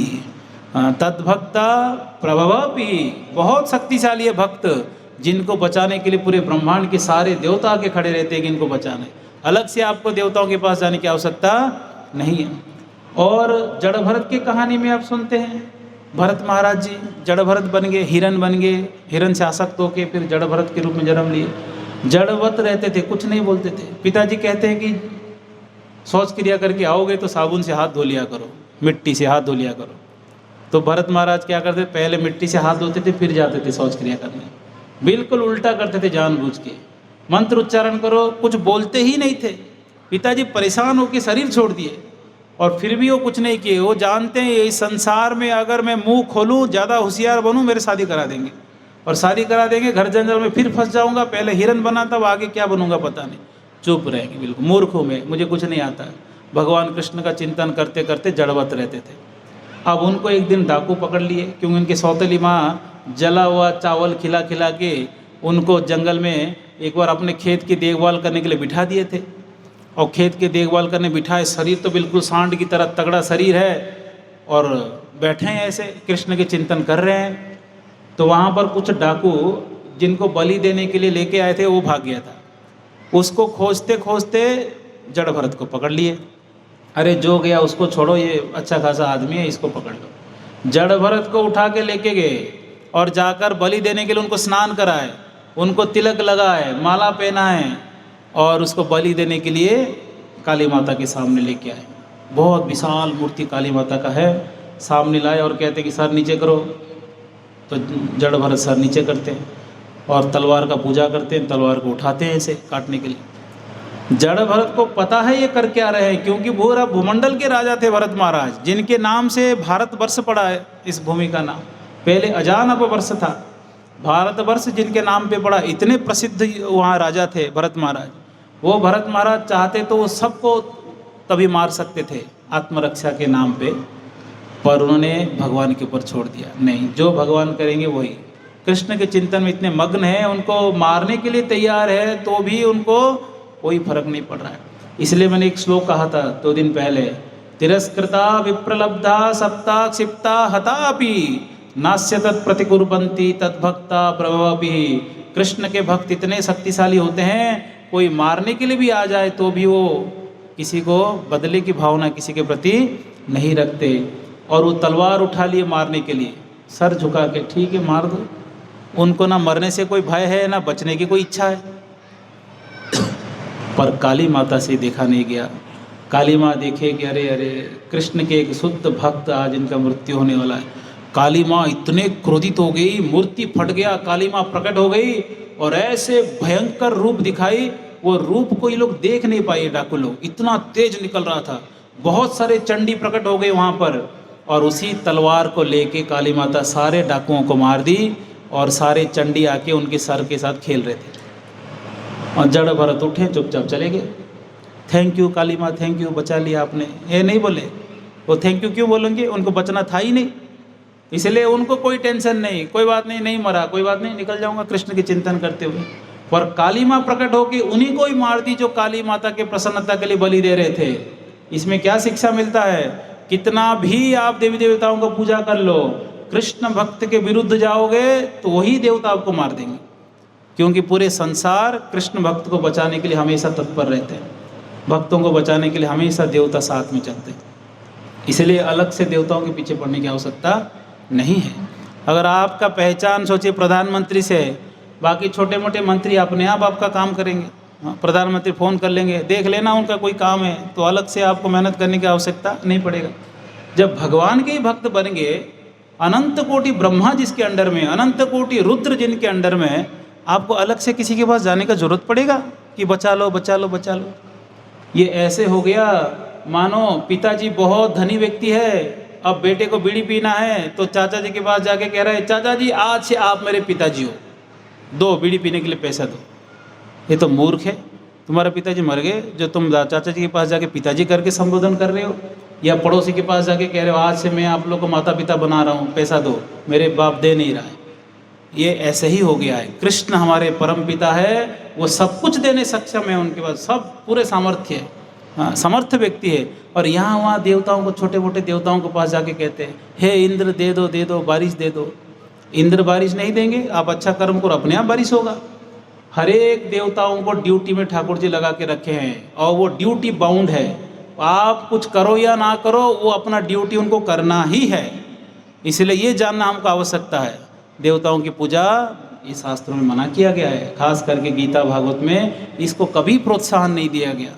बार बार एक ही चीज़ कहा गया, तस्माद् एकेन मनसा भगवान सात्वतां प्रति। हाँ, भगवान की भक्ति करो, भगवान के नाम कीर्तन करो, भगवान के आश्रय में आ जाओ। और ठाकुर जी गीता में यही कहते हैं, सर्वधर्मान परित्यज्य माम एकम शरणम व्रज। मेरे शरण में, माम एकम, मैं अकेला, मेरे ही शरीर में, मेरे ही शरण में रहना चाहिए। एकम शब्द का अर्थ है मैं और कोई नहीं। मेरे शरण में आके अन्य आश्रय लोगे, मुझे ये पसंद नहीं है। ये भगवान आशा करते हैं, यही आशा करते हैं हमसे।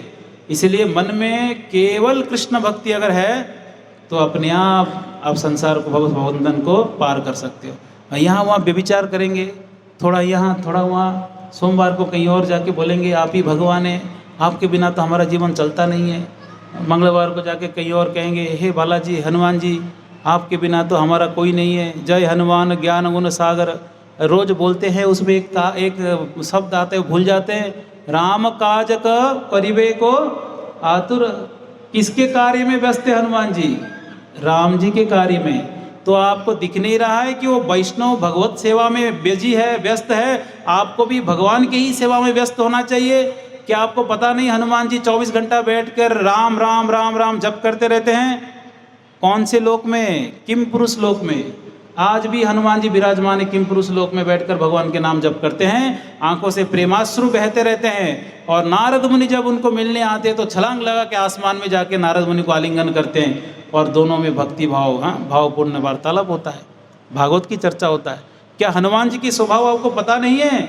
उनको केवल एक देवता बना के रखे हैं और एक ऐसा व्यक्ति बना दिए कि हम दुख में हैं, आपके पास जाएंगे, रोएंगे, हमारा दुख दूर कर दो, हो गया। यही ड्यूटी है, यही संबंध है। आप क्या विचार करते हो, आपके मन में क्या चल रहा है, आपके प्राणेश्वर कौन है, आपका हृदय में क्या इच्छा है, हमको कोई लेना देना नहीं है। हमारे मन में क्या इच्छा है वो सुन लेना आप बस। हम जाएंगे, दुख बताएंगे, दूर कर देना, बस यही संबंध है। ये सब व्यापारी है, ये सब स्वार्थी है। ये वो स्वार्थी है जो किसी भी व्यक्ति के मनोभाव को समझने के प्रयास नहीं करते हैं, केवल अपना स्वार्थ पूरा हो रहा है कि नहीं वही देखते हैं। हम तो वहाँ गए थे, हमारे सारा इच्छा पूरा हो गया, बहुत खुश हो गया। तो हनुमान जी के मन में क्या चल रहा है कभी पूछा आपने? वो हनुमान जी जो भगवान के कार्य करने के लिए हमेशा तत्पर रहते हैं, सेवा मिलते ही जय श्री राम बोल के छलांग लगा के उड़ के चले जाते हैं और कभी नहीं पूछे कि सेवा कैसे करना है। जाओ सीता माता को खोज के लाओ, दक्षिणी ओर जाके, दक्षिणी की ओर जाना तो है, खोज तो लेंगे। सीता माता का फोटो तो दिखा दो, कैसे दिखते हैं, व्हाट्सअप कर देना फोटो, पहचानेंगे कैसे? ऐसे बोले वो, क्या व्हाट्सअप करेंगे, क्या दिखाएंगे? खोजना है बस, सीता मैया कहाँ है, हमको खोजना है। ये तो असंभव कार्य है। अरे कोई बात नहीं, ये हम कर लेंगे। असंभव करके उनके जीवन में कुछ था ही नहीं।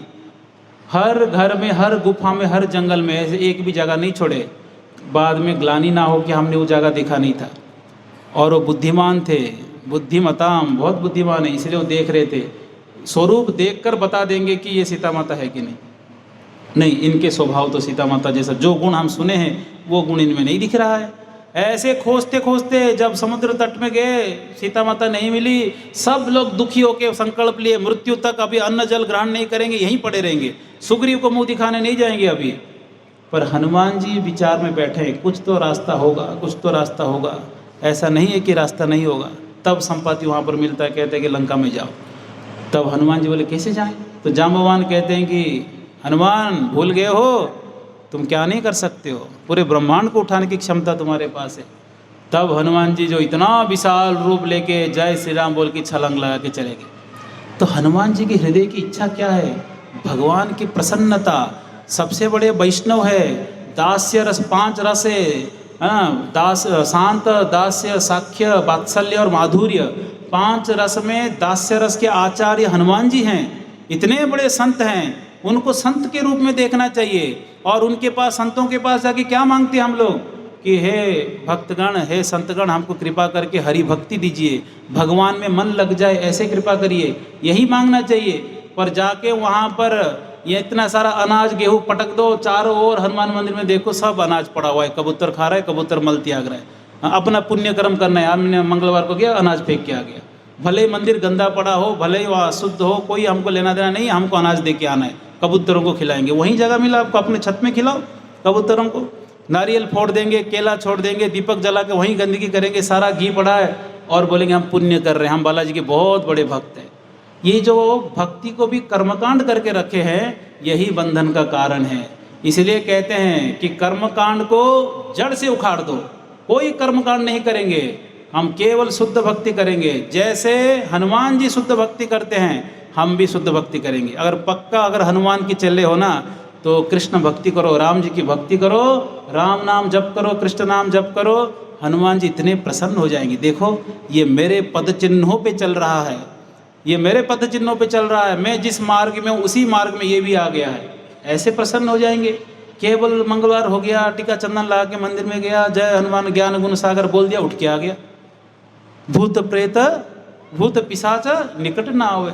वो भूत भगाने जाते हो हनुमान जी के पास, यही काम बच गया हनुमान जी का, तुम्हारे शरीर का भूत भगाए ताकि तुम भोग करो जाके बाद में।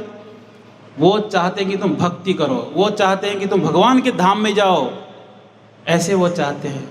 इसलिए सारे देवी देवता बचाने के लिए सामने आ जाएंगे यदि आप भगवान की चरण पकड़ लिए तो। इसलिए बार बार कहते हैं सर्वधर्मान परित्यज्य। यही श्लोक अलग अलग शब्दों से भागवतम में और गीता में वर्णन किया जाता है। हमको भक्ति करना चाहिए, देवी देवताओं का उपासना करने की कोई आवश्यकता नहीं है, किसी की पूजा करने की आवश्यकता नहीं है, भगवान की पूजा करो, सब बढ़िया हो जाएगा। फिर भी महादेव जी की पूजा करना, गणेश जी की पूजा करना, ये तो फिर भी शास्त्र सम्मत है ही। पर आजकल ऐसे ऐसे लोगों की पूजा किया जाता है जो भगवान है ही नहीं, ना कोई देवता है ना कोई भगवान है, किसी भी साधारण मनुष्य को भगवान बना के पूजा कर रहे हैं। ओ आज से आप हमारे भगवान हो, आज से आप हमारे भगवान हो, माला पहनाते, मंदिर बना देते। सचिन तेंदुलकर का एक मंदिर है, कहीं एक जगह अमिताभ बच्चन का भी मंदिर बना हुआ है। बताओ कैसे कैसे लोग हैं।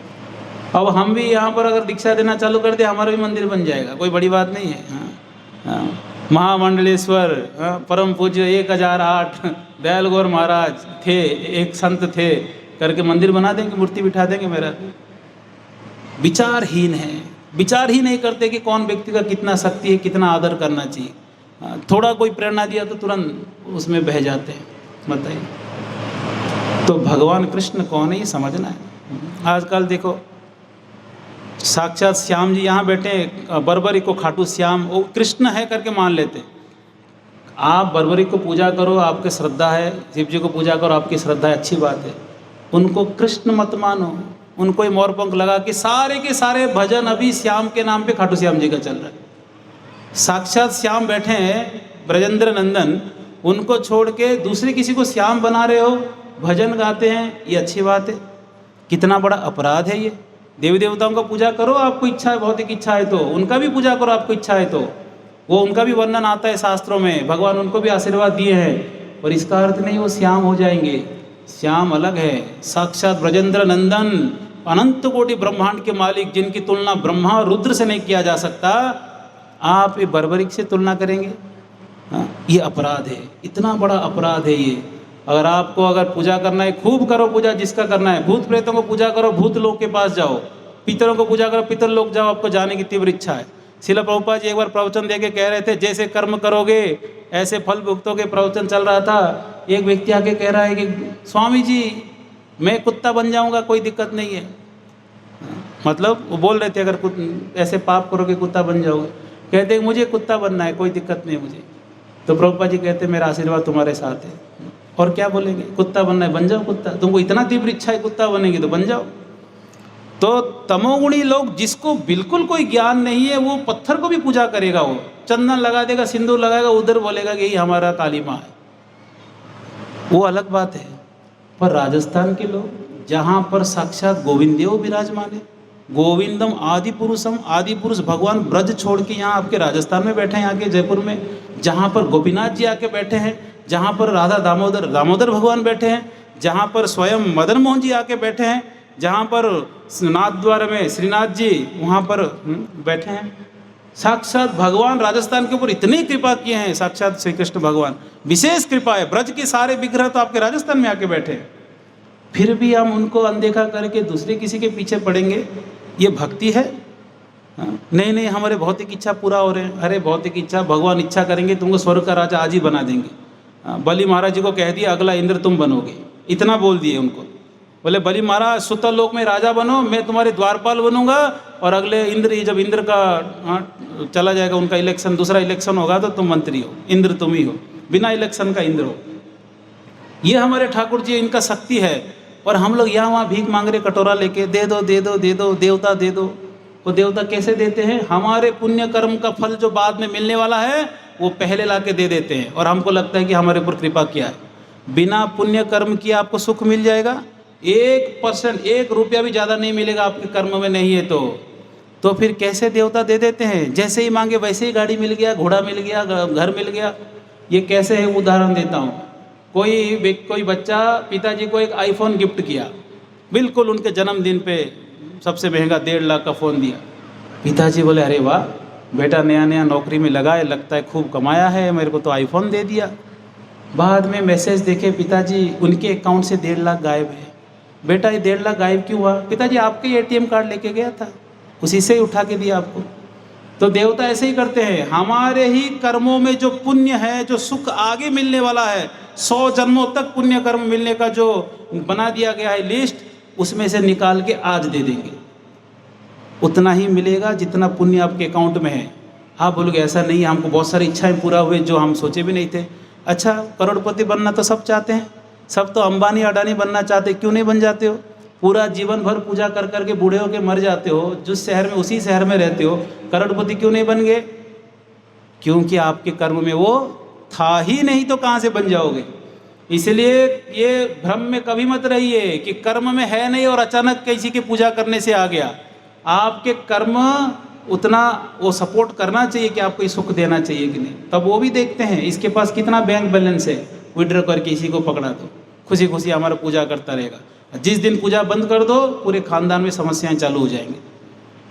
समस्याएं मतलब पता है कहाँ तक? लोग मरने लगते हैं, एक परिवार के सदस्य, यहाँ तक देव देवता को परेशान कर देते हैं, तो फिर भी देव देवता के पीछे पड़े रहते हैं।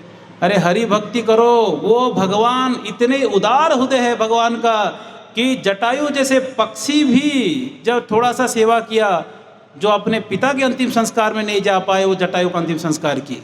ये हमारे दयालु भगवान है प्रभु रामचंद्र। पैर में जंगल में कांटे घुस जाते हैं या कंकड़ घुस जाता है तो प्रभु रामचंद्र निकालते नहीं थे। जब पूछा जाता है ठाकुर जी क्यों नहीं निकाल रहे हो, बोलते मेरे शरण में आया है, उसको मैं फेंक नहीं सकता तू। ये दयालु भगवान है हमारे। पूतना जो स्तन में विष लगा कर आई थी, उनको माँ के स्थान दिए वैकुंठ जगत में, गोलोक वृंदावन में। ये हमारे दयालु भगवान हैं। करोड़ों जन्म तक पाप करके एक दिन भी आप कह दिए भगवान आज से मैं आपका हूँ, तो वो आलिंगन करने तैयार है। ये हमारे दयालु भगवान है। उनको छोड़ के यहाँ वहाँ भटकोगे, ये कितना बड़ा मतलब मूर्खता है बताइए। सारे जीव, एक नहीं दो नहीं, सारे जीव जितने ब्रह्मांड में सब भगवान के भक्त हैं। सबको भगवान का ही भक्ति करना चाहिए, अन्य किसी के पास जाने की आवश्यकता नहीं है। भौतिक भोग चाहिए तो जाओ, खूब लात खाओ माया देवी से, फिर आ जाओ वापस कृष्ण के पास, दुख तो मिलेगा ही बाहर। इसलिए भागवत में शुद्ध भक्ति के बारे में कहा गया है, कर्मकांड के बारे में नहीं, ज्ञान योग के बारे में नहीं, कर्म योग भी नहीं, या अष्टांग योग भी नहीं। यहाँ पर केवल शुद्ध भक्ति की ज्ञान दिया गया है, शुद्ध भक्ति और कुछ नहीं। इसलिए भक्तों, जब तक भक्ति नहीं करेंगे तब तक दुख मिलता रहेगा, दुख मिलता रहेगा। भगवान के आश्रय में आ जाइए, कोई कमी हो सकता है? अच्छा, भगवान का एक भक्त का उदाहरण दीजिए जो बिल्कुल दुख में और गरीबी में बिताया, ऐसा कोई उदाहरण है शास्त्र में? सुदामा जी का उदाहरण देते हैं। करोड़ों कृष्ण भक्त हो गए, आप पूछो सुदामा गरीब ब्राह्मण था, अरे द्वारपालो भजन भी गा लेते। गरीब सुदामा आया है, गरीब सुदामा आया है, उसके बाद उसका क्या हाल हुआ वो भी तो जानो। भगवान के दर्शन करने आए, वो मांगे भी नहीं, कुछ नहीं बोल पाए वो। भगवान आलिंगन करते ही भगवान के प्रेम देख के इतने गदगद हो गए जब द्वारका से लौट के जा रहे थे तो रास्ते में क्या सोच रहे हैं? हम जैसा नहीं है कि वो सोचेंगे कि अरे मांगा ही नहीं, भगवान कुछ दिए ही नहीं, मांग लेता तो शायद कुछ दे देते, ऐसा नहीं सोच रहे थे। वो रास्ते में सोच रहे हैं, क्वा हम दरिद्र पापीयान क्वा कृष्ण श्रीनिकेतन ब्रह्म बंधुरिति स्माहुर्बाहुभ्याम परिरंभित। क्वा हम दरिद्र पापियान, कहाँ कहाँ में दरिद्र पापी, वहाँ कहाँ लक्ष्मीपति श्रीनिकेतन भगवान श्री कृष्ण बाहुभ्याम परिरंभित, मुझे आलिंगन किए, ये विचार करते करते जा रहे थे। और जब गए तो पूरा घर सब बदल गया था। क्या भगवान उनको नहीं दिए? क्या वो मांगे थे कि मुझे दो करके? तो कहाँ से दे दिए? ये हमारे ठाकुर जी है। किसी का भी दुख वो देख नहीं पाते हैं, खास करके भक्तों का कष्ट तो कभी नहीं देख पाते हैं। कोई भी भक्त अगर कष्ट में है, भगवान हमसे ज़्यादा व्याकुल रहते हैं बचाने के लिए और दौड़ कर आते हैं। जब गजेंद्र जब प्रार्थना करता है, अब वो तो नाम भी नहीं लिया भगवान विष्णु आप आओ, उनको पूर्व जन्म में भक्ति किए हैं तो उनको इतना पता था कोई तो एक है जो बचा सकता है, इसलिए वो केवल प्रार्थना करते हैं, जो भी परम ब्रह्म परेश्वर है बचाइए मुझे। अब बिल्कुल क्लियर नाम भी नहीं बताए, पर भगवान तो विष्णु है, तो वैकुंठ से उन्हीं को ही आना है। इसलिए वैकुंठ से भगवान दोनों लक्ष्मी दो साइड भगवान को पादुका पहना रहे, बड़े प्रेम से भगवान बड़े आनंद में आके पादुका पहनने वाले थे। जैसे ही गजेंद्र का ध्वनि उनके कान में पड़ा, तुरंत दोनों को सारे पादुका को लात मार के गरुड़ जी को बुला के दौड़ कर आ गए। गरुड़ करके बुलाए, गरुड़ बोलने से पहले गरुड़ जी के पीठ में बैठकर वो गजेंद्र तक पहुंच भी गए, इतना फास्ट थे। और गरुड़ जी पे बैठ के जा रहे थे तो ज़्यादा स्पीड से गरुड़ जी जा नहीं पा रहे थे, ऐसे भगवान को लगा, तो गरुड़ जी को कंधे में पकड़ के आ गए थे। फिर लास्ट में आते आते सोचे अगर गरुड़ जी को कंधे में लेकर आऊँ, लोग देखेंगे तो कुछ और ही उल्टा सोचेंगे, फिर गरुड़ जी पे खड़े हो गए। ये भगवान की व्याकुलता है बचाने के लिए। ऐसे भगवान को छोड़ के कहाँ जाएंगे हम? किसके पास जाएंगे? कंबा दयालु, और कोई दयालु है? भगवान इतने दयालु, कितना उदारता है उनके अंदर। जब विभीषण आ जाते हैं, सारे के सारे जितने उनके अनुयायी भगवान राम के कहने लगे भगवान ये असुर है, इस पर भरोसा नहीं करना चाहिए। भगवान तो पहले ही बोल दिए, हे लंकेश आ जाओ, लंकेश करके बोल दिए। आपने उनको लंकेश क्यों बोले? बोलते हैं कि लंका का राजा इसी को ही बनाऊंगा। तो मेरे शरण में आ गया ना, तो इसलिए मैं कुछ तो दूं, तो क्या दे दिया? लंका ही दे दिया। तो भगवान जो भी शरण में आया आप कुछ ना कुछ देंगे। अगर रावण आपके शरण में आ गया, इसको तो लंका का राजा घोषणा कर ही दिए, तो रावण को क्या देंगे? बोले अयोध्या है ना, अयोध्या दे दूंगा, मैं जंगल में वनवास ही करता रहूँगा, क्या दिक्कत? ये हमारे दयालु भगवान हैं। ऐसे भगवान को छोड़ के किसी और के पास हम जाएंगे? कभी नहीं जाएंगे। प्राण चले जाए पर हम हमारे प्रभु को छोड़ के कहीं हमारे मन एक सेकंड के लिए भी मन यहाँ वहाँ नहीं करेंगे। हम सम्मान सबको करेंगे, पर हमारे प्राणनाथ कौन है? हमारे भगवान ही हमारे प्राणनाथ है। भगवान सात्वताम पति, जो भक्तों के रक्षक भगवान, वही हमारे पति, वही हमारे रक्षक है, वही हमारे प्रभु है। ये सबको ये बात समझना पड़ेगा, हर एक व्यक्ति को ये बात समझना पड़ेगा, हर एक जीव को इसी निष्कर्ष में आना ही पड़ेगा। जब तक वो इस निष्कर्ष में नहीं पहुंचेगा तब तक ये भवबंधन से मुक्त नहीं हो सकता। यहाँ पर ही भटकता है, बार बार भटकता रहेगा यहाँ पर। पुनरपि जननम पुनरपि मरणम पुनरपि जननी जठरे शयनम। तो भगवान के आश्रय में आओ। हाँ, भगवान के आश्रय में आएंगे तो सब कुछ प्राप्त होगा। जो प्राप्त करना असंभव है वो भी प्राप्त हो जाएगा। कथा बंद करना है क्या? अभी तो चालू किए, थोड़ी देर और। एक कहानी और बताता हूँ। एक भक्त हुए हरिपाल महाराज जी, द्वारकाधीश के भक्त। तो हरिपाल महाराज जी बचपन से बड़े भक्त स्वभाव के थे, विरक्त थे बचपन से, और विवाह करने की कोई इच्छा नहीं है, पर एक ऐसा संबंध आया कि वो कन्या का इच्छा है, ऐसे पति मुझे चाहिए जो रोज 1000 ब्राह्मणों को वैष्णवों को भोजन कराता हो। ऐसे उनको एक संबंध आया, वो हाँ बोल दिए। ऐसे पत्नी जो भक्ति में सहयोग करेगी तो अच्छा ही है। भक्त पत्नी चाहिए, अभक्त होगी तो मंदिर जाने देगी ही नहीं, ना जप करने देगी, और जैसे ही मंदिर जाएंगे तो फ़ोन कर लेगी। सेंटर में अभी तक हो आए नहीं, वहीं रहने का इच्छा है क्या? ऐसे पूछते, डांटते हैं फ़ोन में। तो अभक्त मिलेगा तो खतरा है। तो भक्त मिल गई तो प्रसन्न हो गए, बहुत बढ़िया है, भक्त मिल गई, विवाह हो गया। प्रतिदिन हजारों ब्राह्मण और वैष्णव को भोजन कराते थे प्रतिदिन। धनी परिवार के थे, और वो जो कन्या थी उनके परिवार भी बहुत धनी है, खूब धन खर्चा की, खूब धन खर्चा की। देखो, भक्तों को खिलाने में कभी भी आलस नहीं करना चाहिए। नहीं क्या हो जाएगा, कहाँ से धन आएगा। अब यहाँ प्रसाद हो रहा है, कोई कमी हो रहा है, कोई ना कोई लाके प्रसाद दे ही रहे, भोग कुछ ना कुछ अनाज दे ही रहे। कई लोग सोचते हैं, आज एक कोई सज्जन कह रहा था, हमारे भक्त लोग आज कहीं घूम रहे थे अनाज मांगने, तो उनका इच्छा था इसलिए गए। हम तो बोले कि मत जाओ, वो दे देंगे अपने आप आके। एक व्यक्ति बोल रहा है, प्रभु जी 100 रुपये में कितना किलो आटा आ जाएगा, हम उतना किलो दे देंगे। बोलेंगे अरे इतना तो ज़्यादा हो जाएगा, थोड़ा और कम कर दो। इतना ज़्यादा क्या करेंगे। तो ऐसे ऐसे लोग भी मिलते हैं। कोई कितना भी लोभी मिल जाए, कोई भले ही सब दुनिया मना कर दे नहीं देंगे, तो भी आप अगर खिलाने की इच्छा रखोगे तो कोई कमी नहीं होगा, ये गारंटी है। हम माधोपुर में तो हम तो एक्सपीरियंस कर दिए। जो माधोपुर में लोग कहते थे यहाँ भोजन कराओगे, यहाँ तो आदत है ही नहीं, दोना प्रसादी का आदत है, यहाँ भोजन कराओगे तो कहाँ से आएगा धन, कोई नहीं देगा, सब खा के निकल जाएंगे, ऐसे कहते हैं। तो यहाँ हम लोग तो 3 बार से देख रहे हैं कि हजारों लोग भी आए तो भी कोई समस्या नहीं। जगन्नाथ जी के रसोई में प्रसाद हमेशा बचता है, आज तक कम भी नहीं पड़ा। ये भक्त लोग रात को जाके बांटते, कल जूस इतना बच गया स्टेशन में बांट रहे थे। प्रतिदिन प्रसाद बचता है, इतना प्रसाद की बाद में बांटना पड़ता है, यहाँ वहाँ वितरण करना पड़ता है। अन्न की कमी नहीं हो सकता अगर आपको इच्छा है कि खिलाने की। इच्छा नहीं है तो फिर आप डरोगे, क्या जरूरत है, दोनों में बांट दो। दोनों में क्यों बांटोगे, बोल दो घर पे खा के आ जाओ, वो भी क्यों देंगे हम। तो इसलिए तीव्र इच्छा होनी चाहिए कि भगवान की प्रसाद सबके पास जाना चाहिए, भगवान के उच्चिष्ट सबके मुख में जाना चाहिए। लोग तो जीवन भर पाप खाते रहते हैं, थोड़ा भगवत प्रसाद लेंगे चित्त चेतना शुद्ध हो जाएगा। तो हरिपाल महाराज जी भोजन कराते थे, भगवत प्रसाद ब्राह्मण वैष्णव को खूब खिलाते थे, खूब खिलाते थे। और खिलाते खिलाते काम पे जाते नहीं थे, केवल खिलाना ही कई काम था। खिलाते खिलाते सारे पैसे जितने धन था सब खत्म हो गया। अच्छा है कि भगवत सेवा में, वैष्णव सेवा में ख़त्म हुआ। भगवान की सेवा में नहीं ख़त्म करोगे तो हॉस्पिटल में ख़त्म होगा, हाँ, कोर्ट कचहरी में ख़त्म होगा, यहाँ वहाँ कोई चोरी कर देगा, नुकसान हो जाएगा, टूट जाएगा, गुम हो जाएगा, तो क्या करोगे। आप जितना भगवान को देना है नहीं दोगे, उतना आपको कहीं और देना ही पड़ेगा। आप उसको बांध के नहीं रख सकते उस धन को। तो हरिपाल महाराज जी सब लुटा दिए, सब खत्म करो, कोई टेंशन नहीं, सब पैसा खत्म। तो अभी जो उनकी पत्नी है उनके घर के साइड के भी सारा धन ले आए, वो भी खत्म। अब बैठ के हजारों लोग को खिलाएंगे पर डे, तो ख़त्म तो होना ही है। ख़त्म हो गया।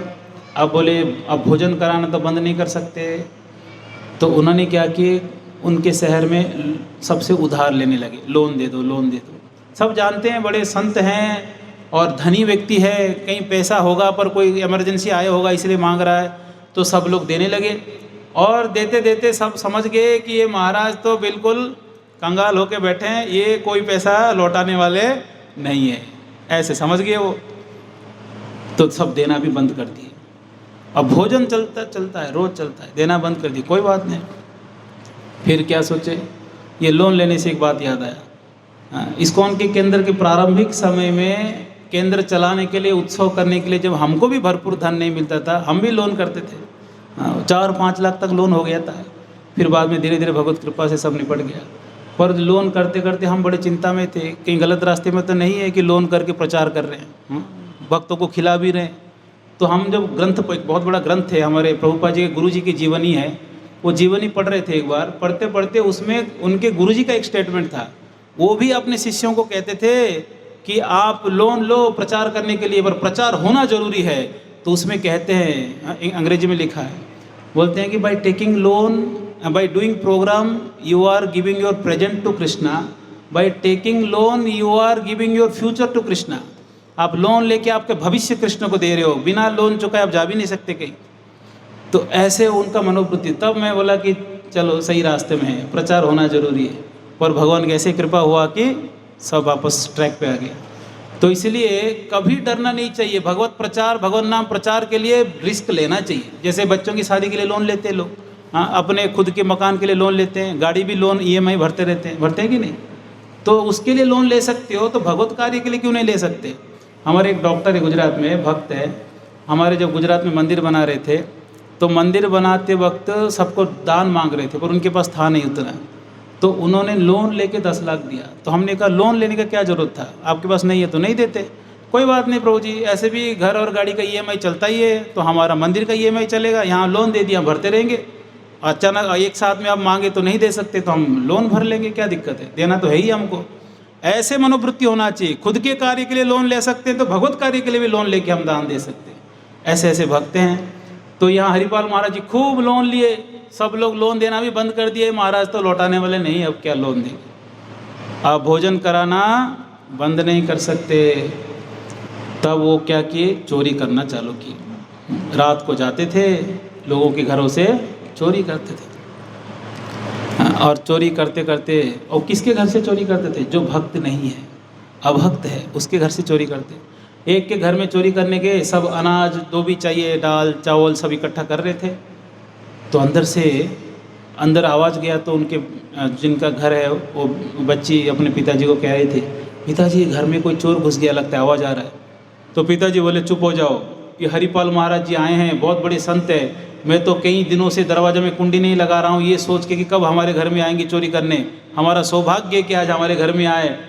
और ये बात कौन सुन लिए, हरिपाल महाराज। अरे ये तो भक्त है, इनके घर से क्या चोरी करें, सब छोड़ के चले गए। अब सब छोड़ के चले गए, चोरी भी नहीं किए, और दिन हो गया। और उस दिन तो हजारों संत आके खुद से ही बोले कि महाराज आज हम यहीं भोजन करेंगे। तो मना तो नहीं करेंगे, बोले ठीक है, आप लोग भजन कीर्तन करो, नाम जप करो, स्नान करके आओ, दोपहर को भोजन व्यवस्था करते हैं। और सुबह सुबह बोले अब क्या करें, पत्नी को बोले रुको मैं कुछ व्यवस्था करता हूँ, चोरी तो कर नहीं सकते, लोन तो कोई देगा नहीं। एक काम बच गया, जाने आने वाले रास्ते में जो जाते हैं उनको पकड़ के लूटो, ये बढ़िया काम है। हाँ कभी किए कभी नहीं, पर बोले ये भी ट्राई करेंगे। तो जंगल के रास्ते में बैठ गए, और बैठकर वो भगवान के नाम, हाँ जय श्री कृष्ण जप रहे, द्वारकाधीश के भक्त थे। अब भगवान को बड़ा टेंशन हो गया, अरे आज ये जंगल वाले रास्ते में कोई नहीं आने वाला है, ये अकेला बैठा है, वहाँ भोजन के लिए 1000 ब्राह्मण बैठे हैं, अब क्या होगा, क्या दशा होगा, इसको कौन पैसा देगा। बहुत चिंतित हो गए भगवान। और सुबह सुबह भगवान सज धज के बिल्कुल मुकुट पहन के, अलंकार सब पहन के बाहर निकल रहे हैं। रुक्मिणी माता कहते हैं ठाकुर जी कहाँ जा रहे हैं, बोले मैं जा रहा हूँ, कहीं भी जा रहा हूँ, बीच में क्यों टोक देते हो, कहीं भी बाहर निकलता हूँ टोक देते हो बीच में। अरे कहाँ जा रहे बताए तो सही। बोलते मैं मेरे भक्त के दर्शन करने जा रहा हूँ, तो हमको भी ले चलिए। मेरे भक्त बड़े अटपटे होते हैं, उनके व्यवहार आपको समझ में नहीं आएगा, आप दुखी हो जाओ। नहीं नहीं नहीं, हम भी चलेंगे आज आपके साथ। चलना हो तो एक शर्त है, आप जितने अलंकार गहने शरीर में धारण कर सकते हो धारण कर लो, चलो मेरे साथ। और ठीक है, अब ठाकुर जी बन गए सेठ जी, और माता जी क्या बन गए, सेठानी बन गए। दोनों सेठ जी सेठानी जा रहे हैं, उसी रास्ते में आ गए, और जय श्री कृष्ण हरिपाल महाराज जप रहे। और देखे 2 सेठ सेठानी आ रहे हैं, तो उनको कहते हैं जय श्री कृष्ण, परीक्षा करने के लिए भक्त है या अभक्त है, भक्त है तो छोड़ देंगे। तो भगवान बड़े गुस्से से बोल रहे हैं, सेठ जी कह रहे हैं तुम ढोंगी लोग दिन में हरे कृष्णा या जय श्री कृष्णा बोलते हो, फिर लूटते हो लोगों को, दूसरे के पैसे से जीते हो, ऐसे ही डांट दिए। तो हरिपाल महाराज बोले इसको लूटना जरूरी है, ये नास्तिक व्यक्ति है, इसको तो आज लूट के रहूँगा। तो बड़े विनम्र, नहीं नहीं महाराज हम ऐसे नहीं हैं, हम तो ऐसे नहीं, बाकी कोई होगा। तो थोड़ा बात को बैलेंस कर दिए। तो सेठ जी कहते हैं अच्छा ठीक है, हमने सुना कि एक हरिपाल करके कोई है चोर, जो दिन में डाका डालता है और रात को चोरी करता है, ये सही है क्या। तो हरिपाल महाराज कहते हैं हाँ सही है, एक है हरिपाल जो दिन में डाका डालते है रात को चोरी करता है। तो बोलते हैं आपको क्यों चिंता हो रही है, बोले हम क्या बहुत सारे गहने पहने, ये जंगल को पार करना है, तुम हमको पार करा दोगे। बोले हाँ पार करा देंगे, पर कुछ पैसे देने पड़ेंगे। हाँ ठीक है दे देंगे। बोले एडवांस दो, पहले एक सोने की मुद्रा दो, फिर आगे बात करेंगे। एक सोने की मुद्रा लेके दौड़ कर गए, पत्नी को दिए, बोले तुम जो भी सामान लेकर आओ, भोजन बनाओ, मैं आ रहा हूँ। बहुत बड़ा पार्टी हाथ लगाए। हाँ और आगे, और सेठ जी को छोड़ने जा रहे हैं, आगे आगे जा रहे हैं, पीछे पीछे सेठ सेठानी बात कर रहे हैं। बोले आज तो हमारा वहाँ इतना संपत्ति छुपा हुआ है, उस घर में इतना छुपा है, सब बातें कर रहे हैं ऐसे ही, ये सुनने के प्रयास कर रहे थे। सेठ जी कहते आगे आगे चलो, पीछे मत सुनो, आप साधु संत आपको क्या काम है। तो दोनों बात करते करते जाए, जंगल के बीच में जाते ही लकड़ी लेके घूम गए, यहीं रुको, कपड़ा बिछा दिए, जितने गहने हैं यहीं डालो, अगर नहीं डालोगे तो खूब मारूंगा, यहीं पीटूंगा मैं, सब गहने डालो। तो भगवान तो कांपने लगे, डरने लगे, अरे बाप रे मत मारो मत मारो, मुझे मार खाने से बड़ा डर लगता है। हम बचपन से कभी मार खाए ही नहीं, एक बार छड़ी पकड़े थे यशोदा मैया, तो भगवान तो रोने लगे, तो इसलिए बोलते मत मारो, बोले गहने डाल दो, सारे गहने डाल दिए। तो रुक्मिणी माता को पता नहीं था कि ऐसे ट्रेजेडी होने वाला है रास्ते में, और उनको ये आइडिया नहीं था। वो देख रहे हैं आज भगवान कांप क्यों रहे हैं, गहने दे क्यों दिए। तो भगवान रुक्मिणी माता की ओर हाँ ऐसे लकड़ी दिखा के, आप भी डाल दो नहीं तो पीटूंगा मैं। तो भगवान की ओर देख रहे शायद बचाएंगे, भगवान बोले देखो मैं कुछ नहीं कर सकता, ये पीट देगा, बड़े गुस्सा वाला आदमी। तो मैया सारे अलंकार निकाल के डाल दी, और वो समझ गए कि यही वो भक्त के बारे में चर्चा चल रहा था लगता है। हाँ, और एक अंगूठी शायद भगवान पहनाए होंगे, बोले ये अंगूठी भी निकाल दो, मैं प्रतिज्ञा लिया हूँ किसी महिला को स्पर्श नहीं करूँगा, ये अंगूठी निकालो नहीं तो मैं व्रत तोड़ दूंगा और अंगूठी निकाल दूंगा। तो जैसे अंगूठी निकालने जा रहे थे तो भगवान अपने स्वरूप में आगे दर्शन दिए। तो ऐसे भक्त वत्सल भगवान हैं। तो भगवान जैसे दर्शन दिए तो ये तो गदगद हो गए कि ठाकुर जी आप स्वयं आ गए। बोले हाँ हरिपाल जी, आज तक लोग जानते हैं कि मैं दूसरे के धन को लूट लेता हूँ, चोरी करता हूँ, माखन चोरी करता हूँ, लूट लूट दधी माखन खाओ, मैं लूटता हूँ दूसरों को, ये संसार को पता था। आज से संसार को ये पता चलेगा कि मुझे भी लोग लूट लेते हैं। तो इसलिए ऐसे भगवान ऐसे भक्त वत्सल है। हरिपाल महाराज जी के जीवन में भोजन कराने के लिए जितना धन चाहिए इतना धन दिए ठाकुर जी। बोले कि आपको जीवन भर कभी किसी धन की कमी नहीं होगा, खूब भोजन कराओ, कभी कमी नहीं होगा। हाँ, तो हम भी चाहते हैं कि जगन्नाथ जी का भंडारा जो है कभी खाली ना हो, कभी नहीं। ये तो हम लोग अभी इस्कॉन का ज़मीन अगर कोई आप लोग दान दे दें तो हम लोग साल भर भोजन कराएंगे, सुबह से लेकर शाम तक साल भर। जैसे तिरुपति में चलता है ना, अन्य तीर्थ स्थानों में ऐसे चलेगा, दिन भर जो जहाँ से आए प्रसाद पाओ जाओ, ऐसे भी हम लोग चालू करेंगे। अन्नदान के लिए कभी पीछे नहीं हटेंगे, खूब खिलाओ। अब ये हमारे भक्त लोग चर्चा कर रहे थे, प्रभु जी इतना क्यों करते हो। हम बोले तो अरे तो हमारे क्या सेंटर में पैसे की पेड़ लगा हुआ है जो हम कर रहे हैं, कौन कर रहे हैं, वो तो भगवान कर रहे हैं, हम तो केवल इच्छा प्रकट कर रहे हैं। वो तो करने वाले तो वही हैं और करने वाले सब उनके भक्तगण हैं, हम तो केवल सेवक है, इच्छा करते हैं कि ऐसा ही होना चाहिए तो वैसे ही हो रहा है। तो इसलिए कभी किसी भी भगवत कार्य के लिए तो चिंता नहीं करना चाहिए, भगवत कार्य के लिए कभी पीछे नहीं हटना चाहिए। कुछ भी हो जाए, कितना भी बड़ा आयोजन क्यों ना हो, वो कभी आप भगवान कभी आपको दुखी नहीं करेंगे, कितना भी बड़ा प्रोग्राम। हम लोग अभी रथ यात्रा करने की योजना कर रहे हैं, बिगेस्ट रथ यात्रा, बहुत भव्य करने की, जितना भव्य हो सकता है उतना करने की प्रयास कर रहे हैं। तो वो भी भगवान कुछ ना कुछ कर देंगे। तो इसलिए ऐसे दयालु भगवान जो कभी किसी भक्त के दुख देख नहीं पाते, स्वयं ही आ जाते हैं, तो ऐसे भगवान के चरण को छोड़कर कहाँ जाएं। और कोई आश्रय है मृत्यु होने के बाद? वो देवता तो हमको भूल जाते हैं। इस जन्म में किसी देवता का पूजा कर रहे हो, मृत्यु हो गया, अमेरिका में जन्म लिए तो वहाँ चर्च में जाके O Jesus please give us our daily bread करके रोते रहोगे। हाँ, पाकिस्तान में जन्म लिए, कहीं कहीं ऐसा मुस्लिम कंट्री में जन्म लिए तो हे अल्लाह बचाओ करके वहाँ रोते रहोगे। कहीं और कहीं जन्म लिए कुछ और बोलते रहोगे। देवताओं की भक्ति करोगे तो मृत्यु के बाद वो भी आपको भूल जाएंगे, आप भी उनको भूल जाओगे। भगवान कृष्ण की भक्ति करोगे तो वो अगले जन्म में फिर से भक्त बन के ही जन्म लेंगे। शुचिनाम श्रीमताम गे है योग भ्रष्टो भी जायते। ये भक्ति योग अगर बीच में अगर छूट गया, पतन हो गया, गिर गया, मर गया, भक्ति पूरा नहीं हो पाया, तो शुचिनाम श्रीमताम गे है, किसी पवित्र घर में किसी धनी परिवार में जन्म मिलेगा जहाँ आपको भक्ति करने की अवसर मिलेगा। हाँ, योग भ्रष्टो भी जायते, गीता में भगवान गारंटी देते हैं इसका। तो इसलिए भगवत भक्ति जो है जन्म जन्मों तक चलता है, इसलिए इसको, इस भागवत धर्म को सनातन धर्म कहा गया, क्योंकि ये शाश्वत है, ये कभी रुकने वाला नहीं है। अहेतुकी अप्रतिहता, एक बार भक्ति चालू कर दी ये रुकेगा ही नहीं कभी। पर देवी देवताओं की पूजा मृत्यु के बाद तुरंत रुक जाएगा। मृत्यु तो छोड़ो, 1 साल पूजा मत करो, वो ही रोक देंगे कि बस कर, अब ज़्यादा पूजा मत कर, तेरा बर्बादी निश्चित है।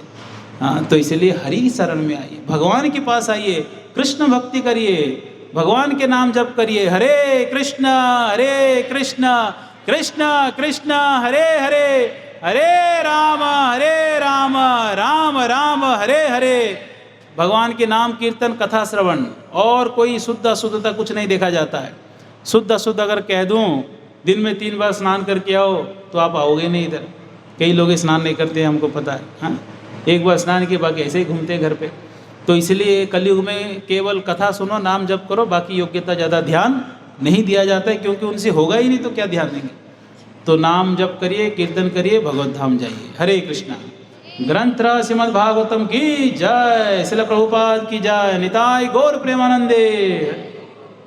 आज का भी सार यही था कि कृष्ण शुद्ध भक्ति, कृष्ण के शुद्ध भक्ति करना है, कृष्ण के आश्रय में आना है। और आज तक जितना हमने किया है 6 दिन की कथा, उसका भी कंक्लूजन क्या था?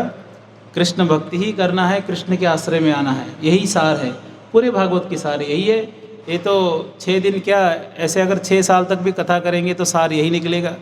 ये पूरे के पूरे 18,000 श्लोक पढ़ा दें तो भी कंक्लूजन यही निकलेगा। इसलिए हमको समझना चाहिए कि भागवत में क्या कहा जा रहा है। श्री कृष्ण चैतन्य प्रभु नित्यानंद, श्री अद्वैत गदाधर श्रीवासादि गौर भक्त वृंद। श्री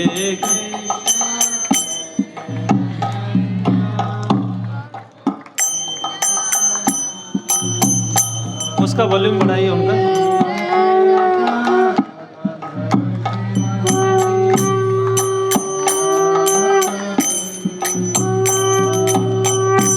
हरे कृष्णा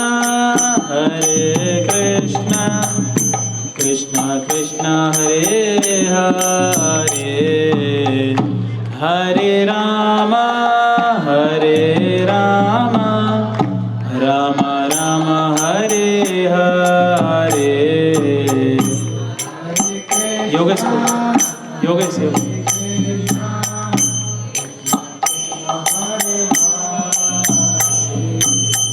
हरे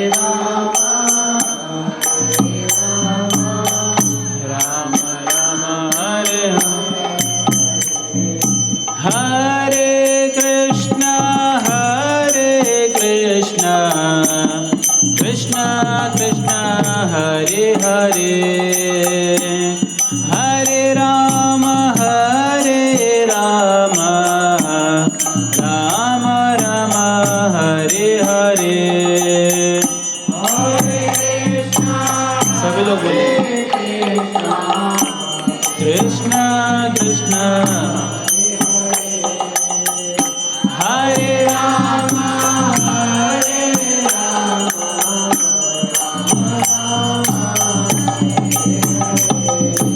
हरे कृष्णा कृष्णा कृष्णा हरे हरे, हरे राम राम राम हरे हरे।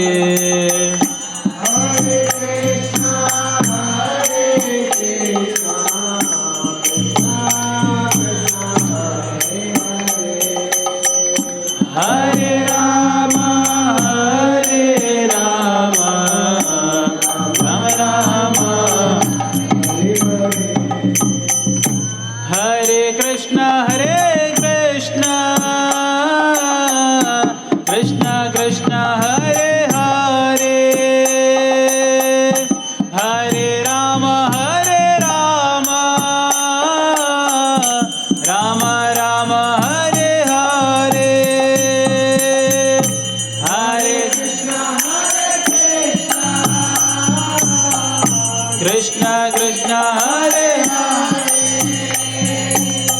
हरे राम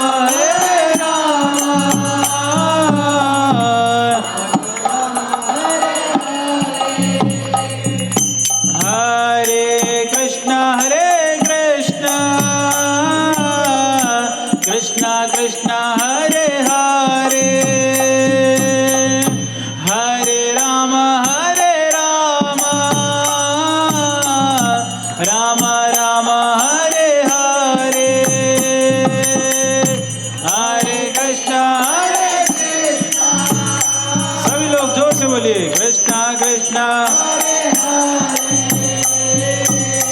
हरे राम हरे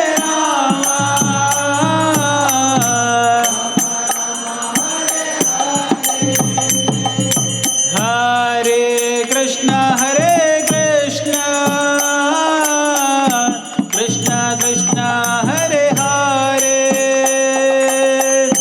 हरे राम राम राम हरे हरे हरे कृष्णा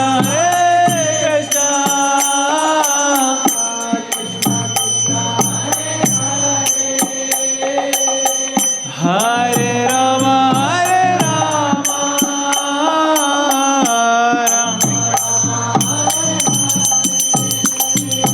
हरे कृष्णा कृष्णा कृष्णा हरे हरे हरे राम राम राम हरे हरे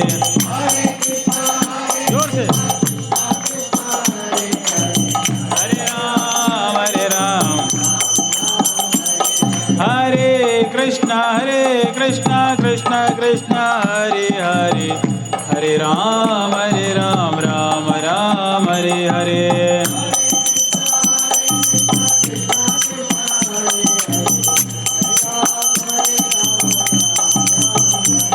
हरे कृष्णा कृष्णा कृष्णा हरे हरे हरे राम राम हरे हरे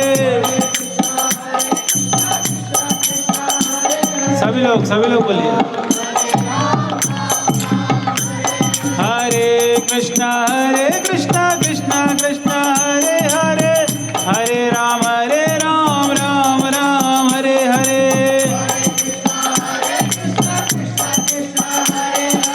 हरे राम राम हरे कृष्णा कृष्णा हरे हरे हरे राम राम हरे हरे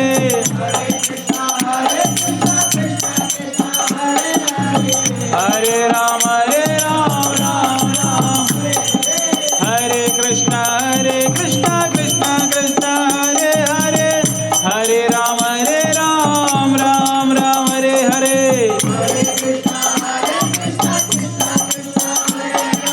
हरे राम राम हरे हरे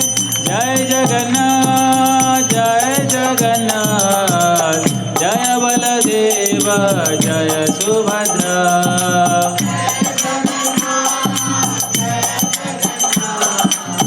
जय बलदेव जय जगन्नाथ जय बलदेव जय सुभद्रा जय जगन्नाथ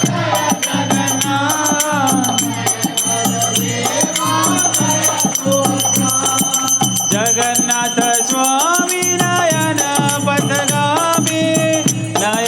पथगामी भव तुमे जगन्नाथ नयन पथगामी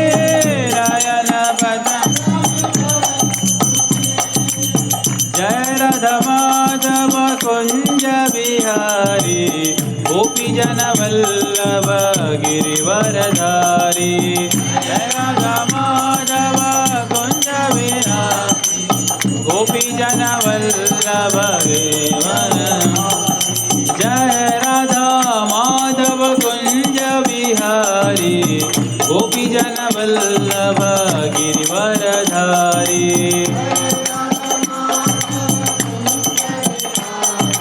गोपी जन वल्लभ यशोदानंदन व्रज जन रंजन यमुना तीरवनचारी यशोदानंद यमुना तीर यशोदानंदन व्रज जन रंजन यमुना तीरवनचारी यशोदानंदन व्रज जन रंजन यमुना तीरवनचारी कृष्ण कृष्ण कृष्ण हरे हरे, हरे राम राम राम हरे हरे।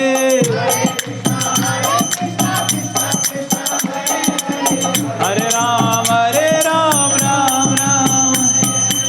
राधा श्याम सुंदर राधा श्याम सुंदर राधा श्याम सुंदर राधे। राधा श्याम सुंदर राधा श्याम सुंदर। कृष्ण बलराम जय कृष्ण बलराम, कृष्ण बलराम जय कृष्ण बलराम, कृष्ण बलराम कृष्ण बलराम जय। वृंदावन धाम जय वृंदावन धाम, वृंदावन धाम जय वृंदावन धाम, वृंदावन धाम जय वृंदावन धाम। गिरि गोवर्धन जय गिरि गोवर्धन, गिरि गोवर्धन जय गिरि गोवर्धन, गिरि गोवर्धन जय गिरि गोवर्धन, गिरि गोवर्धन जय गिरि गोवर्धन। गौरनिताय जय गौरनिताय, गौरनिताय जय गौरनिताय, गौरनिताय जय गौरनिताय जय गौरनिताय। जय सच्चिनंदन जय सच्चिनंदन, जय सच्चिनंदन गौर हरि, जय जय सच्चिनंदन जय सच्चिनंदन गौर गौर गौर हरि, गौर गौर गौर हरि, गौर गौर गौर गौर गौर। जय प्रभुपद प्रभुपद प्रभुपद श्रील प्रभुपद,